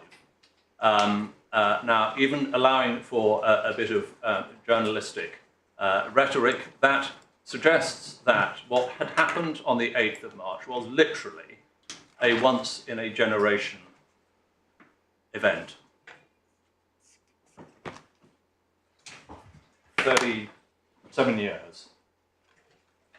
And then right at the very bottom of the page, last word, nickel, and then over the page, nickel prices usually move a few $100s per day. For most of the past decade, they've been traded between $10,000 and $20,000. So for 10 years, it's been traded between $10,000 and $20,000. Yet, The day before, the market had started to unravel, with prices rising to a stunning 66% to $48,078. Now the traders watched with a mixture of horror and grim fascination as the price went vertical.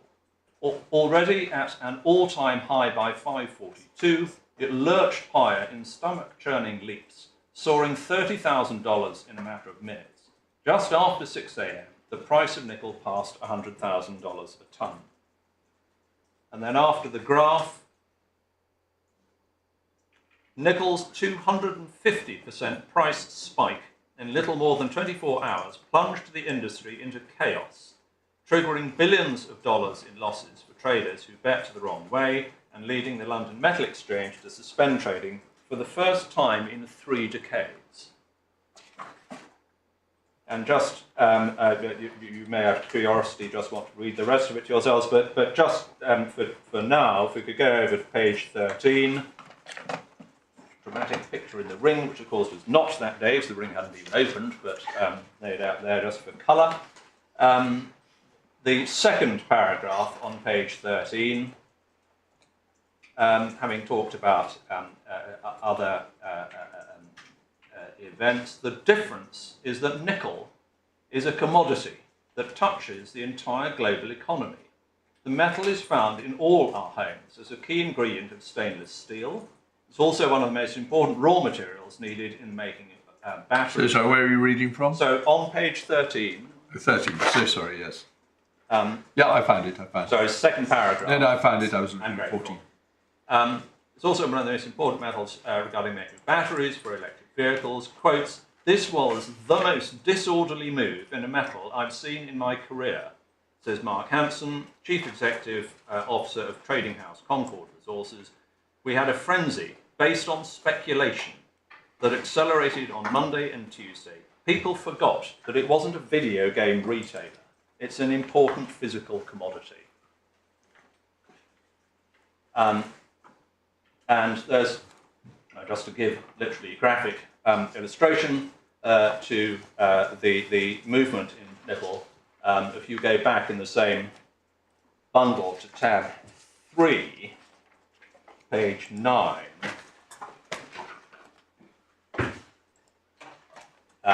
you'll see a graph that just illustrates the point, although not over exactly the same time span. So it starts on the left-hand side at 2016, and it shows the price jogging along, barely touching $20,000, and then you see it, as the article said, it goes vertical from the 20s up to over $100,000, and the 2 lines under that say, "The London Metal Exchange suspended trading in nickel on Tuesday morning after one of the most dramatic price spikes in commodity market history." So it's not just nickel, in commodity market history. And over the page, this week the rally became a melt-up, with prices surging as much as 250% in little more than 24 hours to an all-time high. The super spike was driven by holders of short positions, including Singh and its brokers. So that just, we wanted to draw to your attention to give some real sense of the genuine drama of the events that day. The evidence, if I could just reel off a few numbers to give some further flesh to it.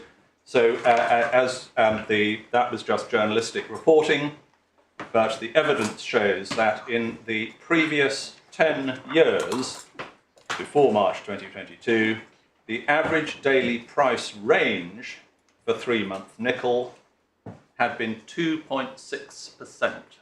The average daily price range had been 2.6%. That's Mr. Farnham's first, Farnham 1, Para 76, supplementary core bundle, tab 4, page 169. In the previous 20 years, the largest daily price range at all had been 21%. That's Cressy 1, para 72A,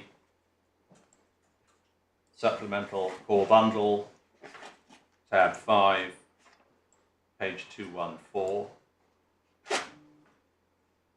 The highest ever price range in nickel in the LME's entire history had been 26% in 1988. Farnham 1, para 74, supplemental core bundle 4. Supplemental core bundle, tab 4, page 168. Just to confirm in evidence the observations made in the press reporting, the monthly average price in January to March 2022 had been between $22,000 and $25,000. Chamberlain 1, paragraph 94, which is supplementary core bundle, tab 3, page 81. By contrast with all of that, relative stability, on the 8th of March, the price range was 111%, and that represented a 274% increase on the opening price on the 4th of March, which was just 2 trading days earlier. That's Cressy 1, paragraph 72A, supplementary core bundle, tab 5, page 214, and Jones 1, paragraph 13, which is supplementary reference bundle 1, tab 8, page 124. The other thing to observe is that whilst the LME experienced this price spike, the Shanghai Futures Exchange did not. That's Holbrook 2, the claimant's own evidence, Holbrook 2, para 50, supplementary core bundle, tab 2, page 56. And just spell out for the initiated why that is significant. Because it demonstrates that what was happening on the LME was an abnormality which feeds into, although Mr. Chamberlain didn't know this at the time, or if he did, he certainly doesn't say it in his witness statement, so he is assumed not to have known that the other significant nickel market was not moving in anything like the same way.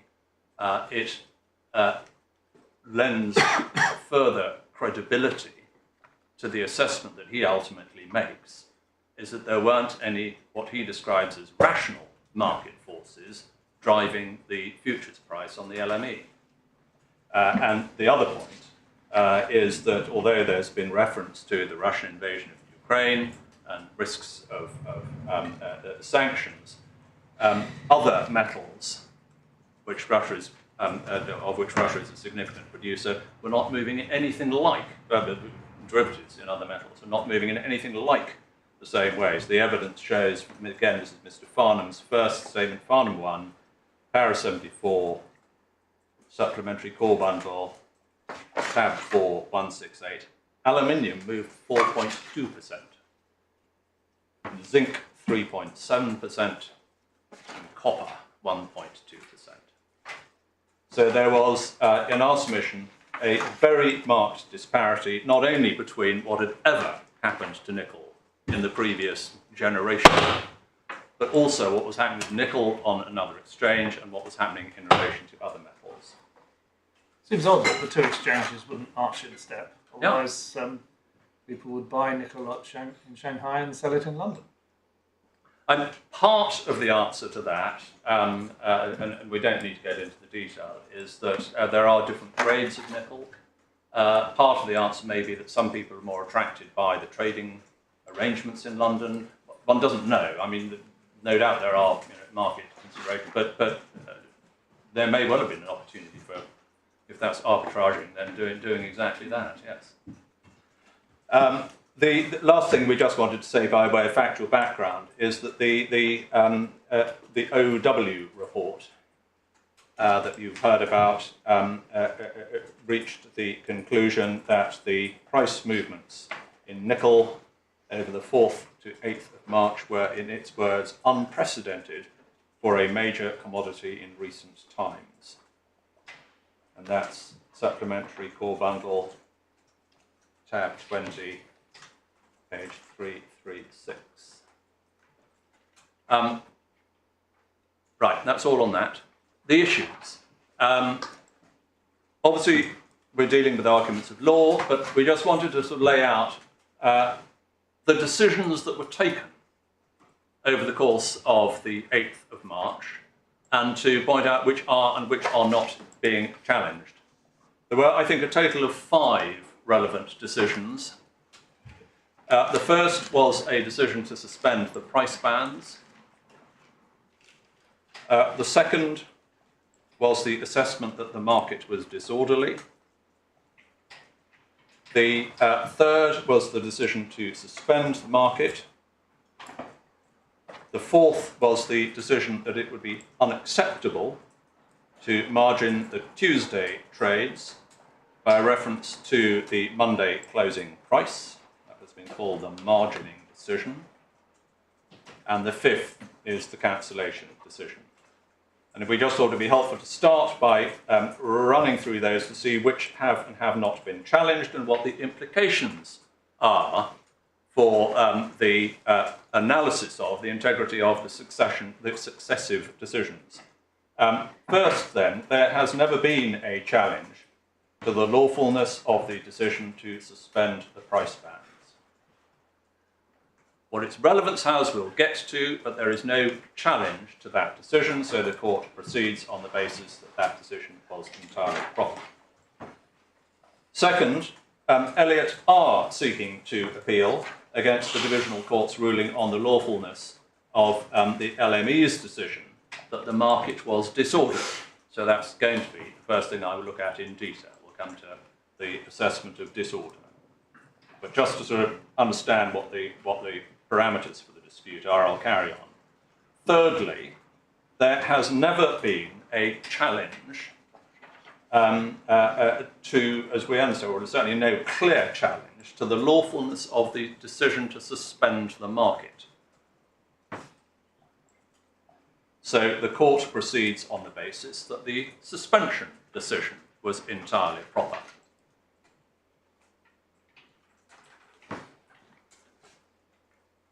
Fourth point, as you know, Elliott are certainly seeking to appeal against the divisional court's ruling that the margin decision was reasonable.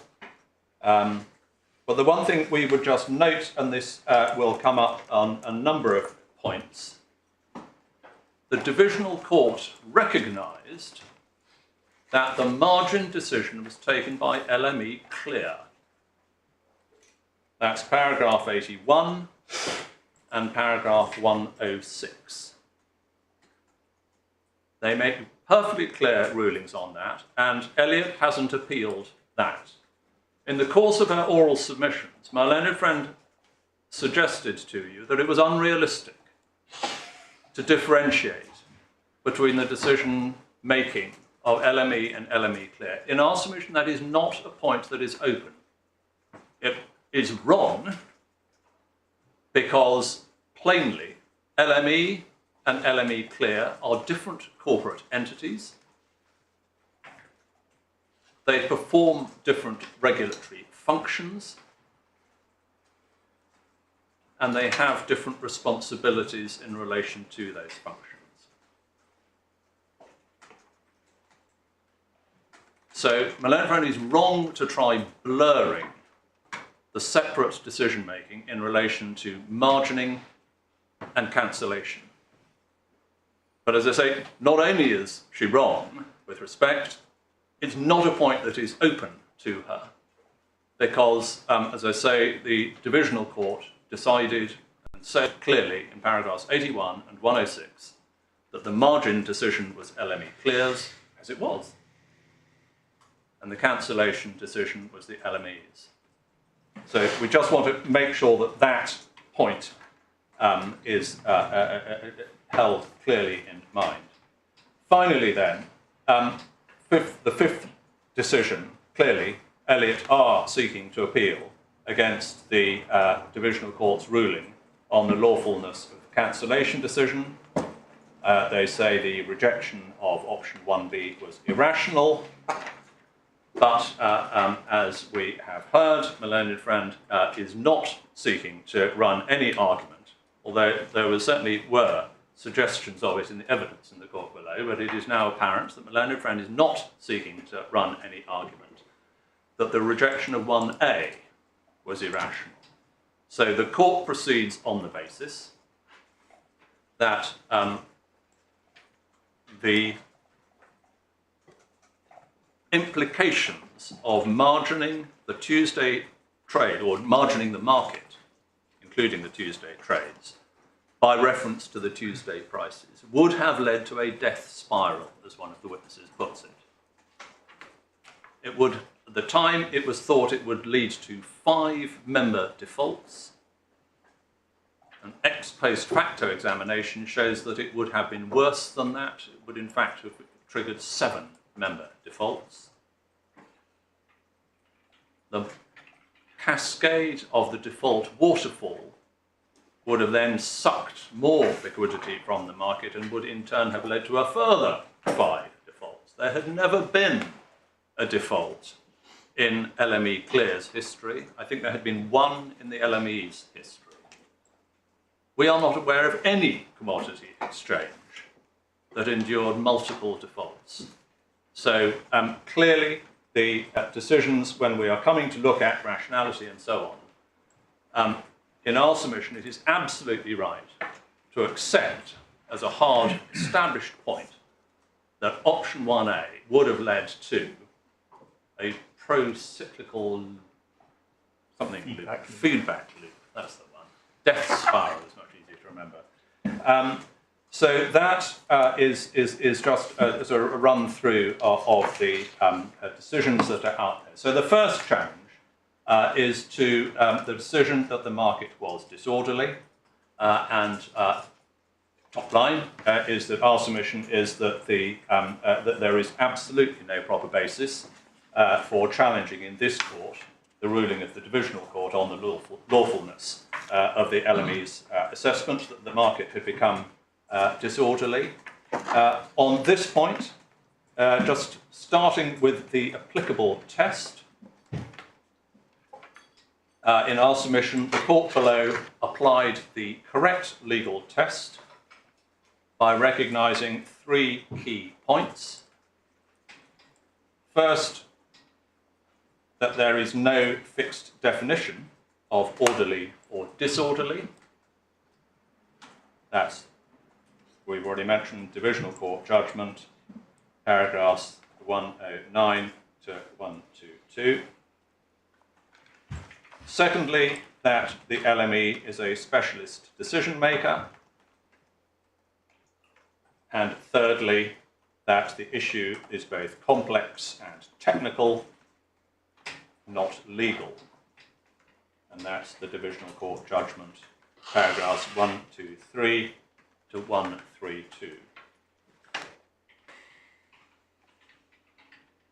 And it is just worth picking up, because my learned friend, as I say, is trying to leave you with the impression that somehow the contractual context point is the golden thread that runs through the whole of the Divisional Court's judgment. And if I could just ask you to look very briefly at the judgment, so Core Bundle 1, tab 7, at page 132.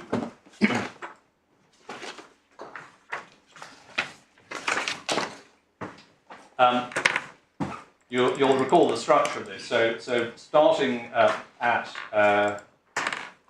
paragraph 108 is section G, which lists a number of contextual factors.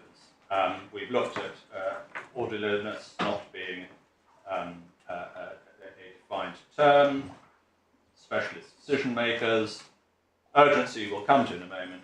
But the fourth of the 4 contextual points is the contractual context. And it is important just to see in paragraph 133 the relevance. Finally, it seems to us highly significant that the reason why TR22, that's the cancellation power, arises at all in relation to these claimants is that they agreed to contract on terms including TR22, sitting with the other LME rules. The contractual context is not invoked by the divisional court in relation to the LME's assessment of disorder. It is an irrelevance. What is the contextual points that are relevant to the court's assessment of disorder are the fact that disorder isn't defined anywhere, and the fact that the LME is an expert decision maker making technical decisions on complex issues which are not legal in nature.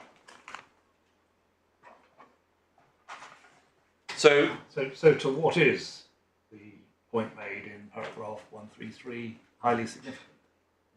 It will become, this is why I want to deal with contextual point, salami slice, so to speak, by reference to each issue as we come to it. Well, all I'm saying at the moment is that it is not relevant to the divisional court's appreciation of the rationality of the LME's decision on disorder.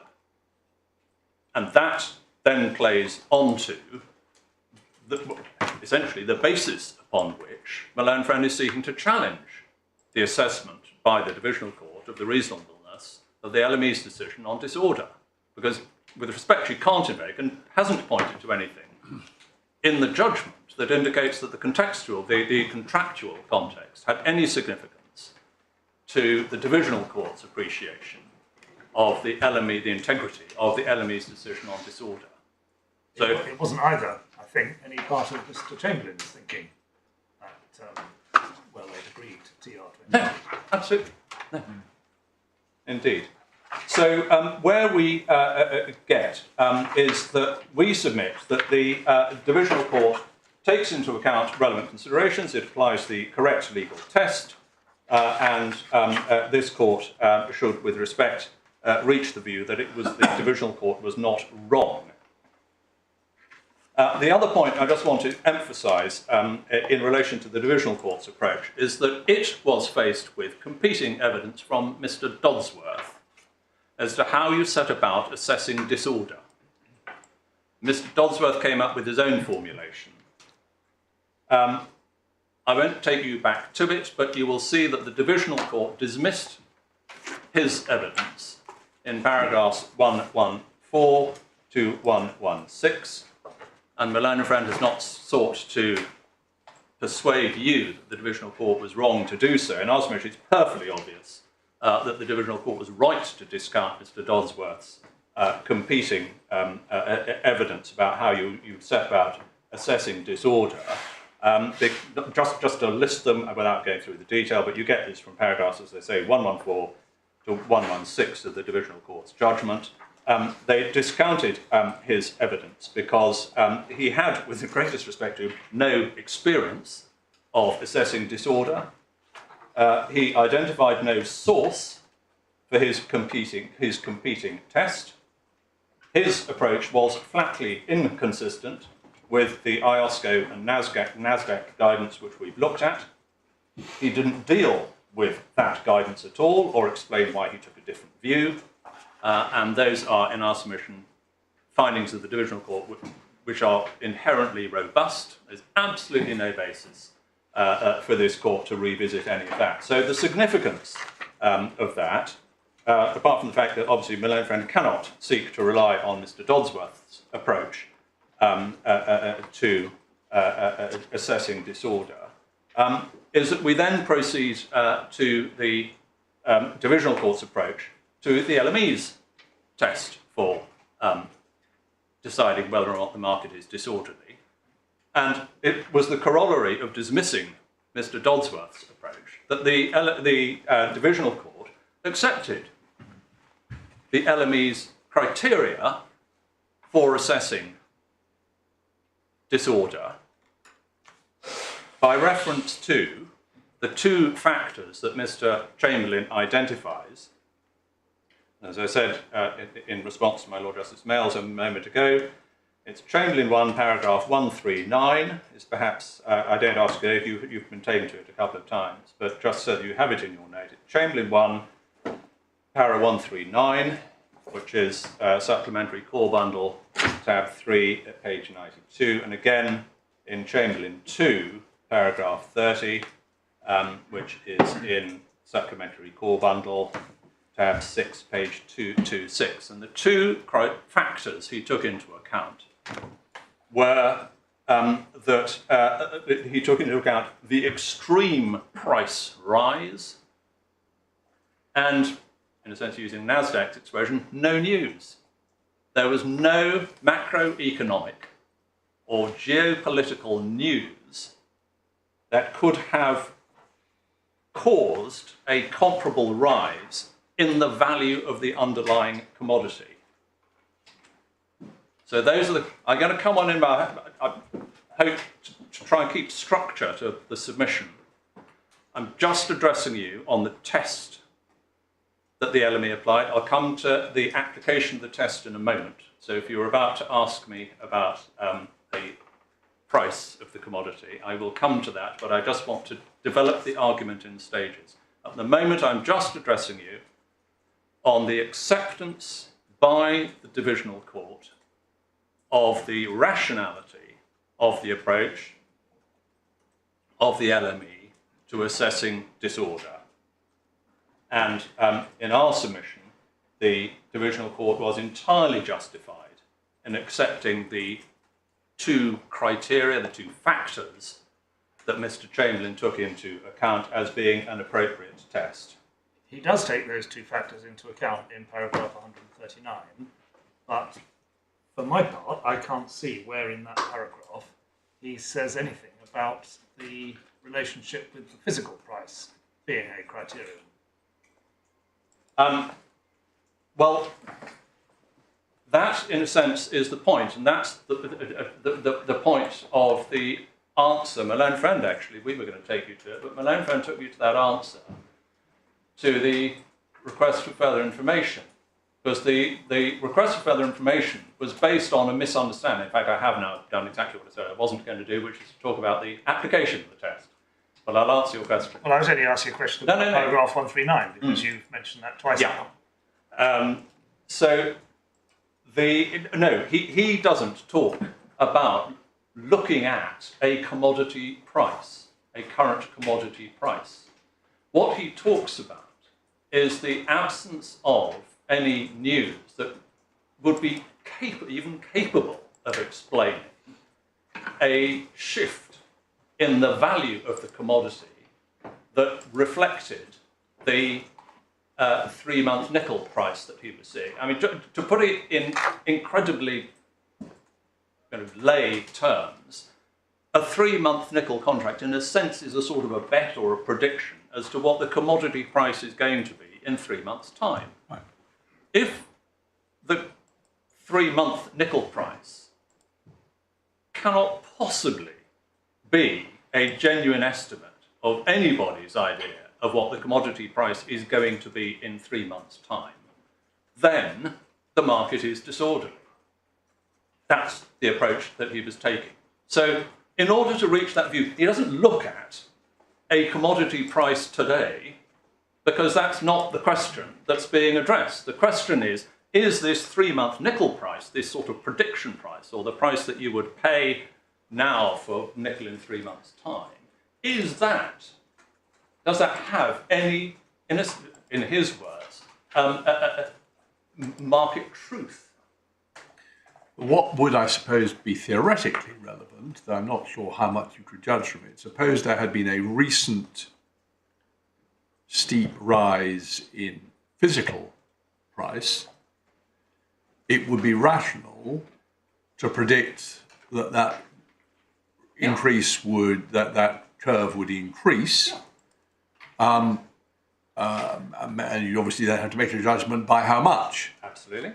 But that's the only relevance of current, but actually not even current, recent physical prices. Is that, Yeah. am I That conceptualising it correctly? And it's precisely the process of trying to gauge the answer to that kind of question that on the 7th of March, the special committee says, well, okay, there are low stocks and there is the Russian invasion, so maybe that does indicate something. But come the 8th of March, when that has happened, the assessment, applying the test that we have described, is that these prices are meaningless. They do not, They're not meaningless. They reflect. They reflect unwise positions taken by short sellers. the hyenas circling the wounded beast. Vultures, I believe, was my lord's favoured Yes, exactly. creature. Yeah. So, and we just I've slipped into answering by reference to the application. Just to finish on the integrity of the test. As I say, the one thing we just wanted to emphasise is that the approach Mr. Chamberlain took in taking these two factors into account was not some sort of idiosyncratic personal view of his own. It was also the basis upon which the special committee was making the judgment call the day before as to whether the market remained disorderly, and that is described, just so that you have a note of it.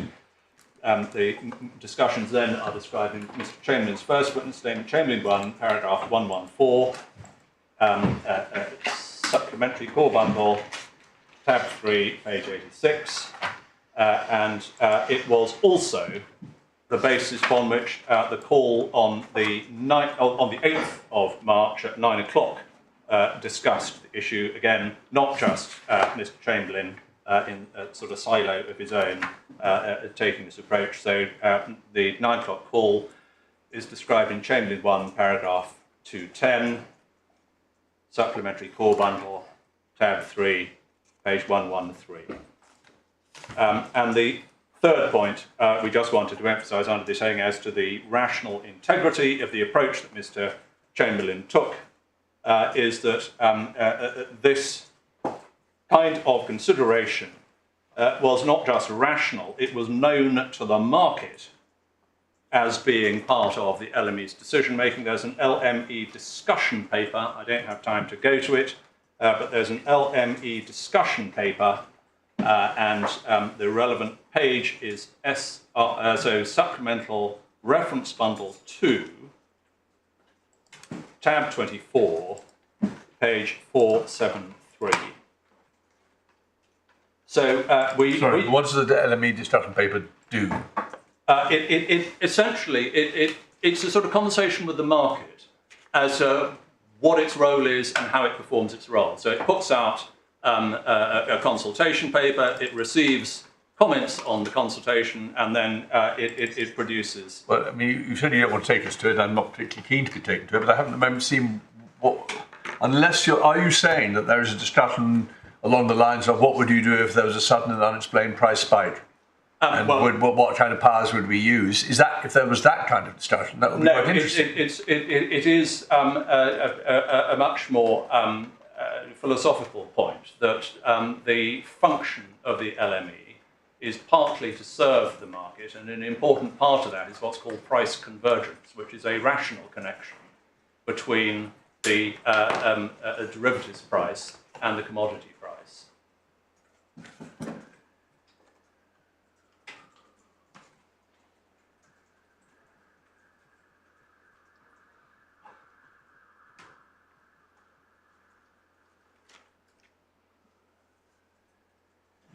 So we move to the application of the test, which to some extent we've already anticipated. We've identified what the criteria were.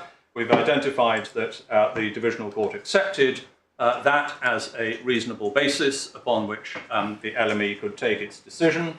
So the question then is, well, did the divisional court take a reasonable view, that the LME had taken a reasonable view in applying those two criteria?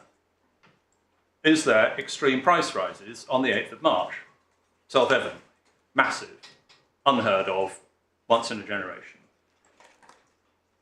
Is there any news, any geopolitical event or macroeconomic factor that could possibly have caused a rise in the value of the commodity of anything remotely approaching this price spike in relation to 3-month nickel? No, no news. So the application of the test is rational. The application of the test is inevitable.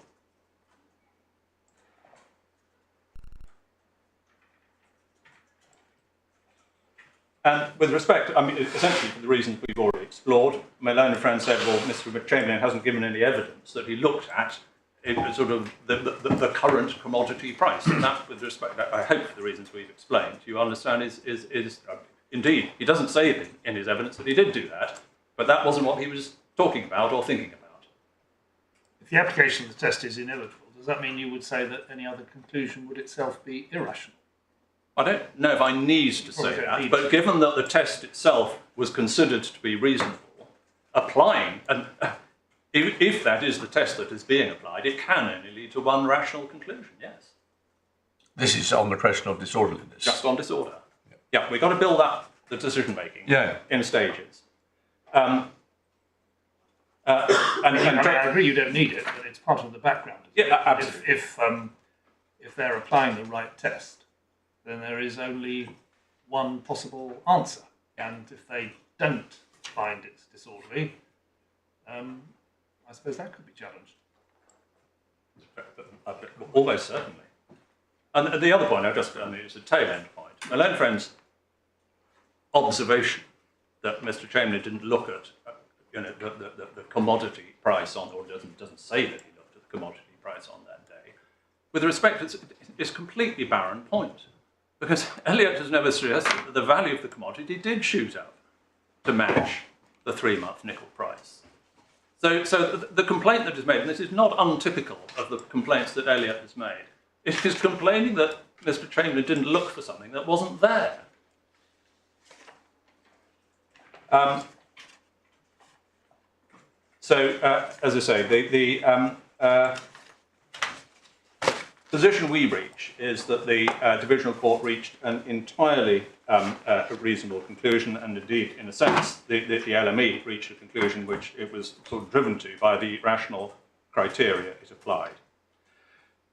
So Elliott's challenge in this appeal, now that we've actually got a sort of handle on what the decision was by the LME and what the decision of the divisional court was, one then turns to Elliott's challenge.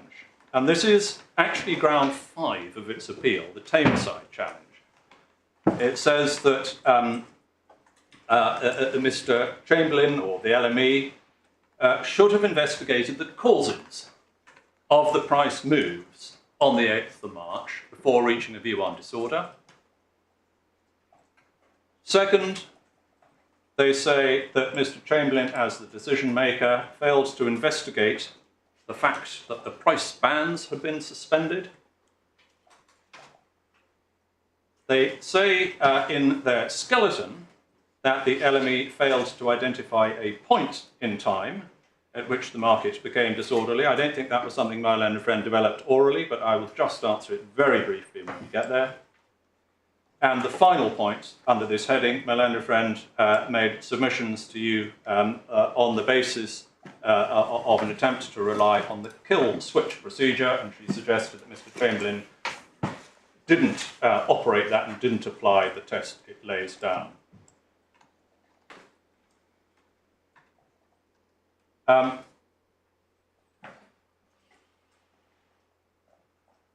Just to put all those challenges in context, as I say, we just have to first of all recognise that the decision on disorder, in its own terms, is entirely coherent and entirely reasonable. Secondly, this court has to accept that the divisional court applied the correct legal test in determining whether the LME had complied with its Tameside duty, Indeed, it did so by reference to Balajagari, which is the case my learned friend cited, and that is paragraph 170 of the Divisional Court's judgment. It reflects an entirely orthodox approach to the Tameside duty, and so the challenge that Elliott faces in this court is to satisfy you that in applying the right legal test, the Divisional Court came to the wrong answer in relation to one or more of the issues upon which it says the Tameside duty required further investigation. If I could just try and move through these relatively quickly. So, failure to investigate causes. Our first answer to that is that this is, properly analysed, simply not a point that Elliott can run with. Because we've established that the two factors that Mr. Chamberlain takes into account are extreme price moves and, if I can use the shorthand, no news. The Divisional Court accepts that that is a rational approach to assessing disorder. On that basis, there is simply no room for an argument for saying before reaching a view, applying criteria which don't require the LME to understand what the causes were, somehow Tameside requires them to find out what the causes were. The Divisional Court accepted that a rational test was applied. The test doesn't ask what the causes of the disorder were, it simply looks at the fact of disorder. And that being the position, in our submission, it is simply incoherent. If Elliott can't overturn the Divisional Court's acceptance of the test that was applied, it can't then turn round and say, oh, but you should have investigated something that the test didn't require you to look at. It's just analytically incoherent to run that argument.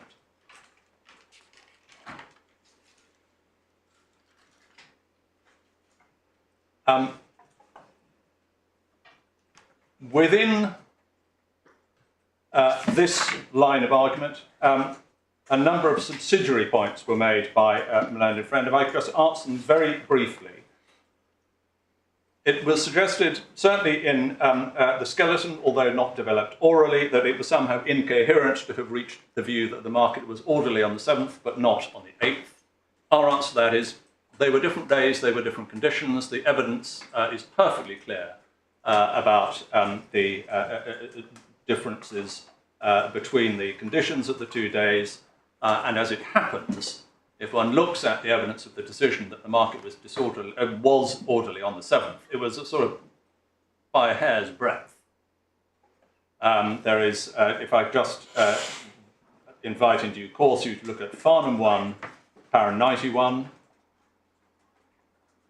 Supplementary Core Bundle, tab 4, page 174, Chamberlain 1, para 119, Supplementary Core Bundle, tab 3, page 87, and Chamberlain 1, paragraph 126, Supplementary Core Bundle, tab 3, page 88. If I could just have indulgence to take a swipe at my learned friend's skeleton on this point. In the Core Bundle 1, tab 4 at page 47,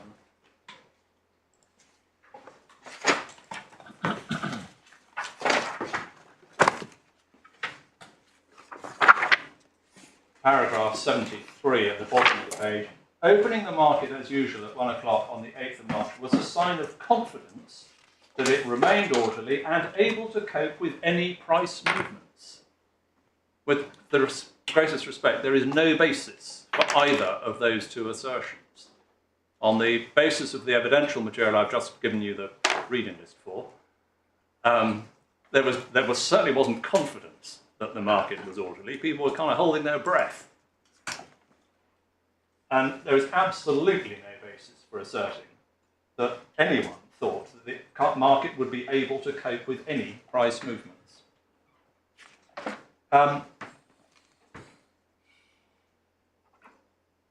While we've got that open, we just turn over the page. Paragraph 75. An attempt is made to suggest, we just look about 2/3 of the way down. There's a sentence in the middle of in the middle of a line saying, having thereby failed to consider the evidence that short covering was responsible. And there's a recurrent theme in my learned friend's skeleton that suggests, without identifying, that there was evidence available to the LME about short covering. There were market rumours. There was some press reporting. Rumours and press reporting may well be misleading. And if you take a significant market management decision on the basis of rumours, you may well be getting it wrong. So to suggest that Mr. Chamberlain failed to consider the evidence in our submission is assuming too much. But I wonder how much this really matters. If there was no news or no rational basis, so using no news as a shorthand, then the explanation on the little understanding I've gained in the last 24 hours is in fact very likely to be short covering. What else could it be? But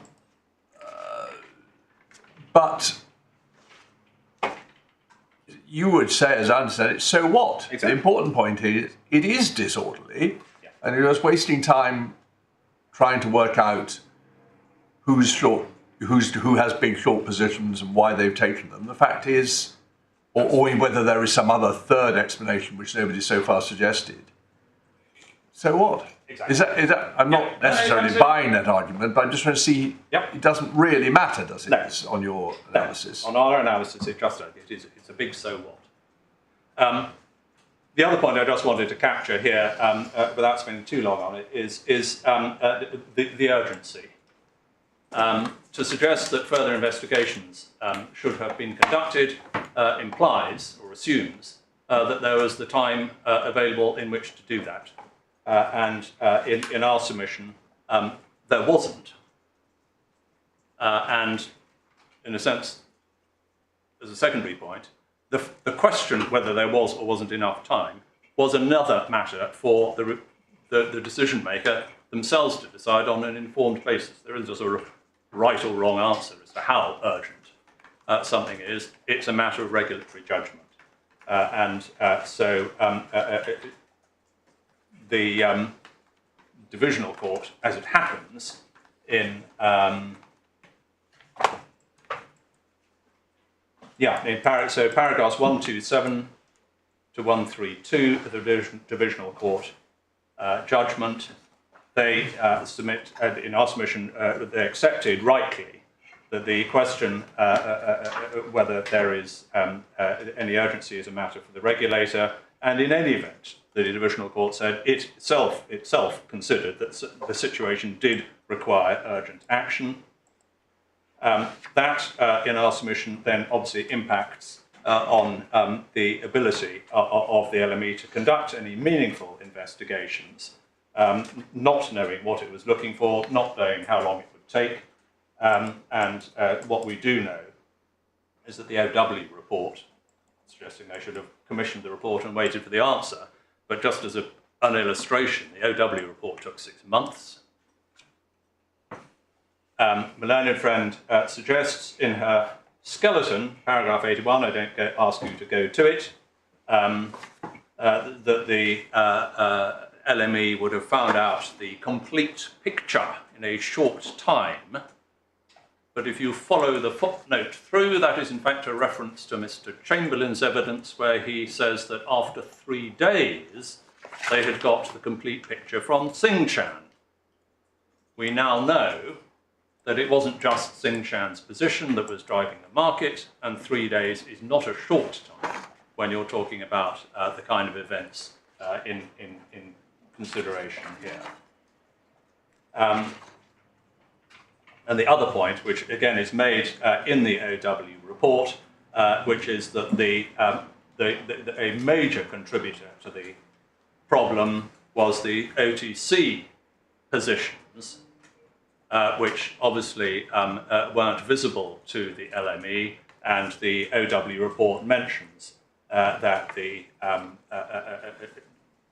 LME didn't have power to demand full information about the OTC positions. Now, just for reference, that's all on Supplementary Core Bundle, tab 20, page 336. That's just the executive summary of the OW report. Contains a lot of the important information. So the position then is, in summary, that we say that there was absolutely no basis. There is no basis for this court to differ from the view of the divisional court that the alleged failure to investigate the causes was in any way indicative of a breach of the Tameside duty.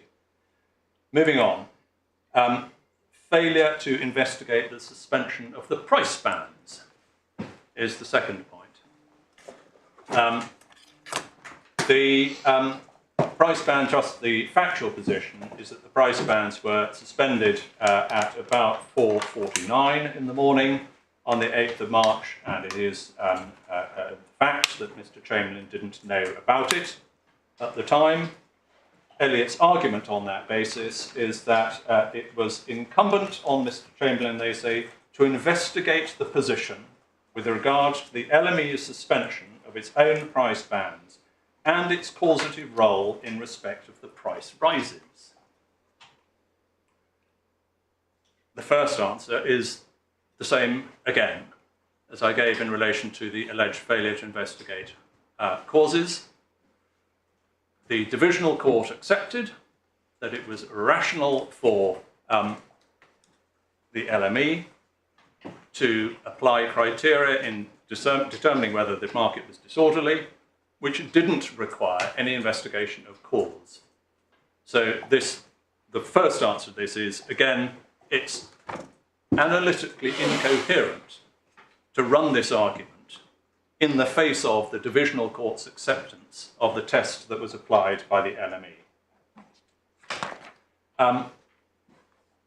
Second point, even if that were not so, the specific problem that Elliott faces in this appeal is that the divisional court held, we would obviously say rightly, that the suspension of the price bands had no relevant effect on the price movements. On the contrary, as they say in paragraph 193 of the divisional court's judgment, on the contrary, it was the constantly rising prices that led to the suspension of the price bands, not the other way round. There was, and there is, some extremely granular evidence from Mr. Chamberlain, principally in his fourth witness statement, and I'm not sure whether I would wish this on you or not, but the detail of it is Chamberlain 4, paragraphs 19 to 21, Supplementary Core Bundle, tab 8, page 250. Are you wishing us on it? No, I'm not asking you to go to it now at all. And your eyes may glaze over even if you read it in the privacy of your own study. But the fact is that a detailed analysis has been conducted as to how the prices would have moved even if the price bands had been there, because the price bands allow a certain elasticity, so to speak, bands. So jumps within the band would be allowed. So what was done was an analysis of what the price curve would have looked like even if the price bands had remained in place. And Mr. Chamberlain's evidence, bottom line, is, yes, there might have been an effect on the speed of some of the price movements, but a very limited number. And so there are 2 points, essentially, that we say in relation to this issue, even if it's a live one for the, despite our main argument. The 2 points are, first of all, the price rises are being caused by the price rises, and the suspension of the price bands was caused by people ringing up the trading operations team saying, our orders are being blocked. Can you move the price band, please? And that was happening so often. And this is Elliott's evidence. Paradoxically, is Elliott's evidence saying the very fact that the price bands had to be suspended is evidence that the market was operating orderly, in an orderly fashion, because there were willing buyers and willing sellers constantly on the phone to TOT saying, can you move the price bands? And that, in our submission, is supportive of the divisional court's conclusion, irrespective of what the OW report decided on the evidence that's in front of them. On the evidence in front of the divisional court, the divisional court came to a completely coherent conclusion that it was the rising in the prices that caused the price bands to be suspended, not the suspension of the price bands that caused the prices to go up. So ultimately, we have these two answers very shortly, that the allegation that there was a failure to investigate is, as I say, analytically incoherent in the context of a case where the test for deciding orderliness doesn't require an investigation of causes, but in any event, it is the case that Mr. Chamberlain would have been none the wiser if he had known that the price bands had been suspended, and it would have had no impact on his decision. In his second witness statement, Second Chamberlain 2, paragraph 35, he says, even if he had known that the price bands had been suspended, he still would have taken the view that there were massive price movements and no news. So his decision on disorderly would not have changed. So you would say more generally, is this right, that provided that the two criteria are met, it is legitimate to conclude that the market is disorderly, even if it is the conduct of the LME which has caused those criteria to be met? Well, I would also say that, but that wasn't the submission, because our submission is that it wasn't the suspension of the price bands that caused the price. I appreciate that. Yeah, but yes, if pushed, I would also say that. So, third point. And in policy terms, actually, that might be relevant to what you do about it, which is that depending on what the conduct was which had caused it to become disorderly, might be that you could restore order by reversing that conduct, but maybe you couldn't. But the important point is, you've got market disorder, and it's your job to Exactly. Restore order, whosever problem it is. And the suspension of the price bands hasn't been challenged. Yeah, yes. Okay. It's a comfortable position for you to make for that reason. Yeah. So, third point, under the Tameside issue, failure to decide when the market became disorderly.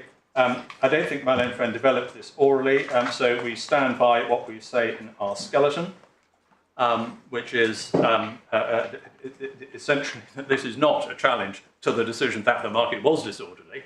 In a sense, it is premised on the market becoming disorderly, but at some point that was identifiable. And the short answer is, in Mr. Chamberlain's evidence, is that there wasn't an identifiable point. It can't be said, well, it's that exact price the market becomes disorderly. You are witnessing the symptoms of disorder. You don't know when the disorder actually begins. And in our submission, it was entirely coherent for the divisional court to accept that as an approach, and there's no basis for this court to take a different view. So the final Tameside argument is my learned friend's endeavours to rely on the kill switch procedure and the role of the trading operations team. I'm going to try dealing with this without going back to the underlying documents, but could I just give you the sort of the reading list again? I do apologise, but the relevant evidence for this is the kill switch procedure itself, which is in the supplementary reference bundle 4, tab 163, at page 1242. The evidence describing the significance or insignificance of that procedure is in Chamberlain 6, paragraphs 6 to 12, and that's in the supplementary reference bundle 4, tab 162, at page 1238. And finally, it's covered in our skeleton at paragraphs 35A and 41A, which is in core bundle 1, tab 5, at pages 74 and 77. If I could just, without going to the documents, just give you our submission so that when you go back, if you have a chance to look at those materials, you can see them with our submissions in mind. Essentially, the points are simply these. First, the kill switch procedure is what its name suggests. It's a procedure. It does not define criteria, let alone exhaustively define criteria for determining whether a market is disorderly. Rather, it provides a non-exhaustive list of factors which the trading operations team is required to take into account in deciding whether or not to trigger the escalation of a decision under the kill switch procedure to suspend the market. And that is its function. It lays down a bottom-up procedure catering for situations in which the trading operations team, and by the way, this is in relation to LME Select, which is their responsibility, not LME Smart, which is what Elliott would have been engaged with, well, not directly. So it's catering for situations where a bottom-up procedure for initiating a process from TOT. TOT, the Trading Operations Team, does not have a general remit to assess market orderliness. Of course, because of what they do, they may identify market disorderliness if it's happening. And in that situation, the procedure lays down administrative steps which are taken to escalate that. But it is clear from the kill switch procedure itself, paragraph 2.2, that trading operations is not the ultimate decision maker. And the circumstances in which the trading operations team are expected to escalate a proposed decision to suspend the market, are indeed laid down in the kill switch procedure as an indicative list. Technical issue resulting in parties being unable to access the market, a major trading event or economic factor, mitigation of systems risks. Now, that's not an exhaustive list of the circumstances in which a market may be suspended. It is simply a list of the factors that may trigger escalation by the trading operations team. As it happens, those factors weren't present on the 8th of March, which is no doubt why TOT didn't escalate a decision itself. And it was precisely because those features were present, and because the suspension decision that was ultimately taken was a decision not just to suspend LME Select, which is what this kill switch procedure, but not to allow the ring to open and also to suspend LME Smart, which is where the inter-office market trades are then booked.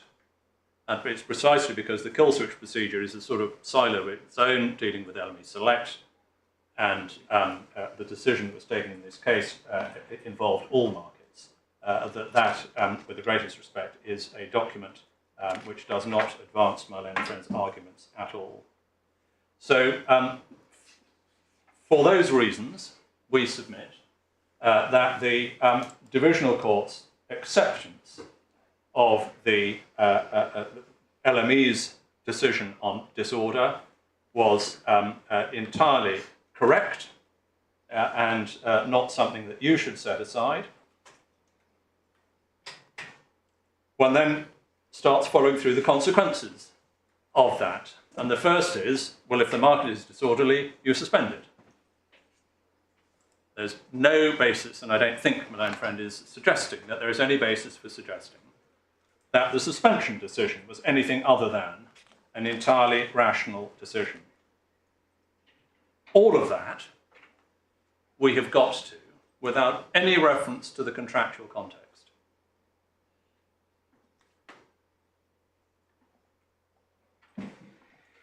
So we then get the question whether or not the cancellation decision was rational. Now, I'm just noticing we had a long morning. This is a big new section. It absolutely is. Would it be sensible to rise now and sit again, especially as we have a short afternoon? We'll sit again at 10 to 2. And I'm thinking also of the transcript writer who's had a long session. Very well. My transcript was working this morning for a bit, but then stopped. I wonder whether someone could reactivate it. Absolutely. I don't, on the whole, sit here reading it, but sometimes it's useful to pick up references. Absolutely. Very well, 10 to 2. Court rise is able.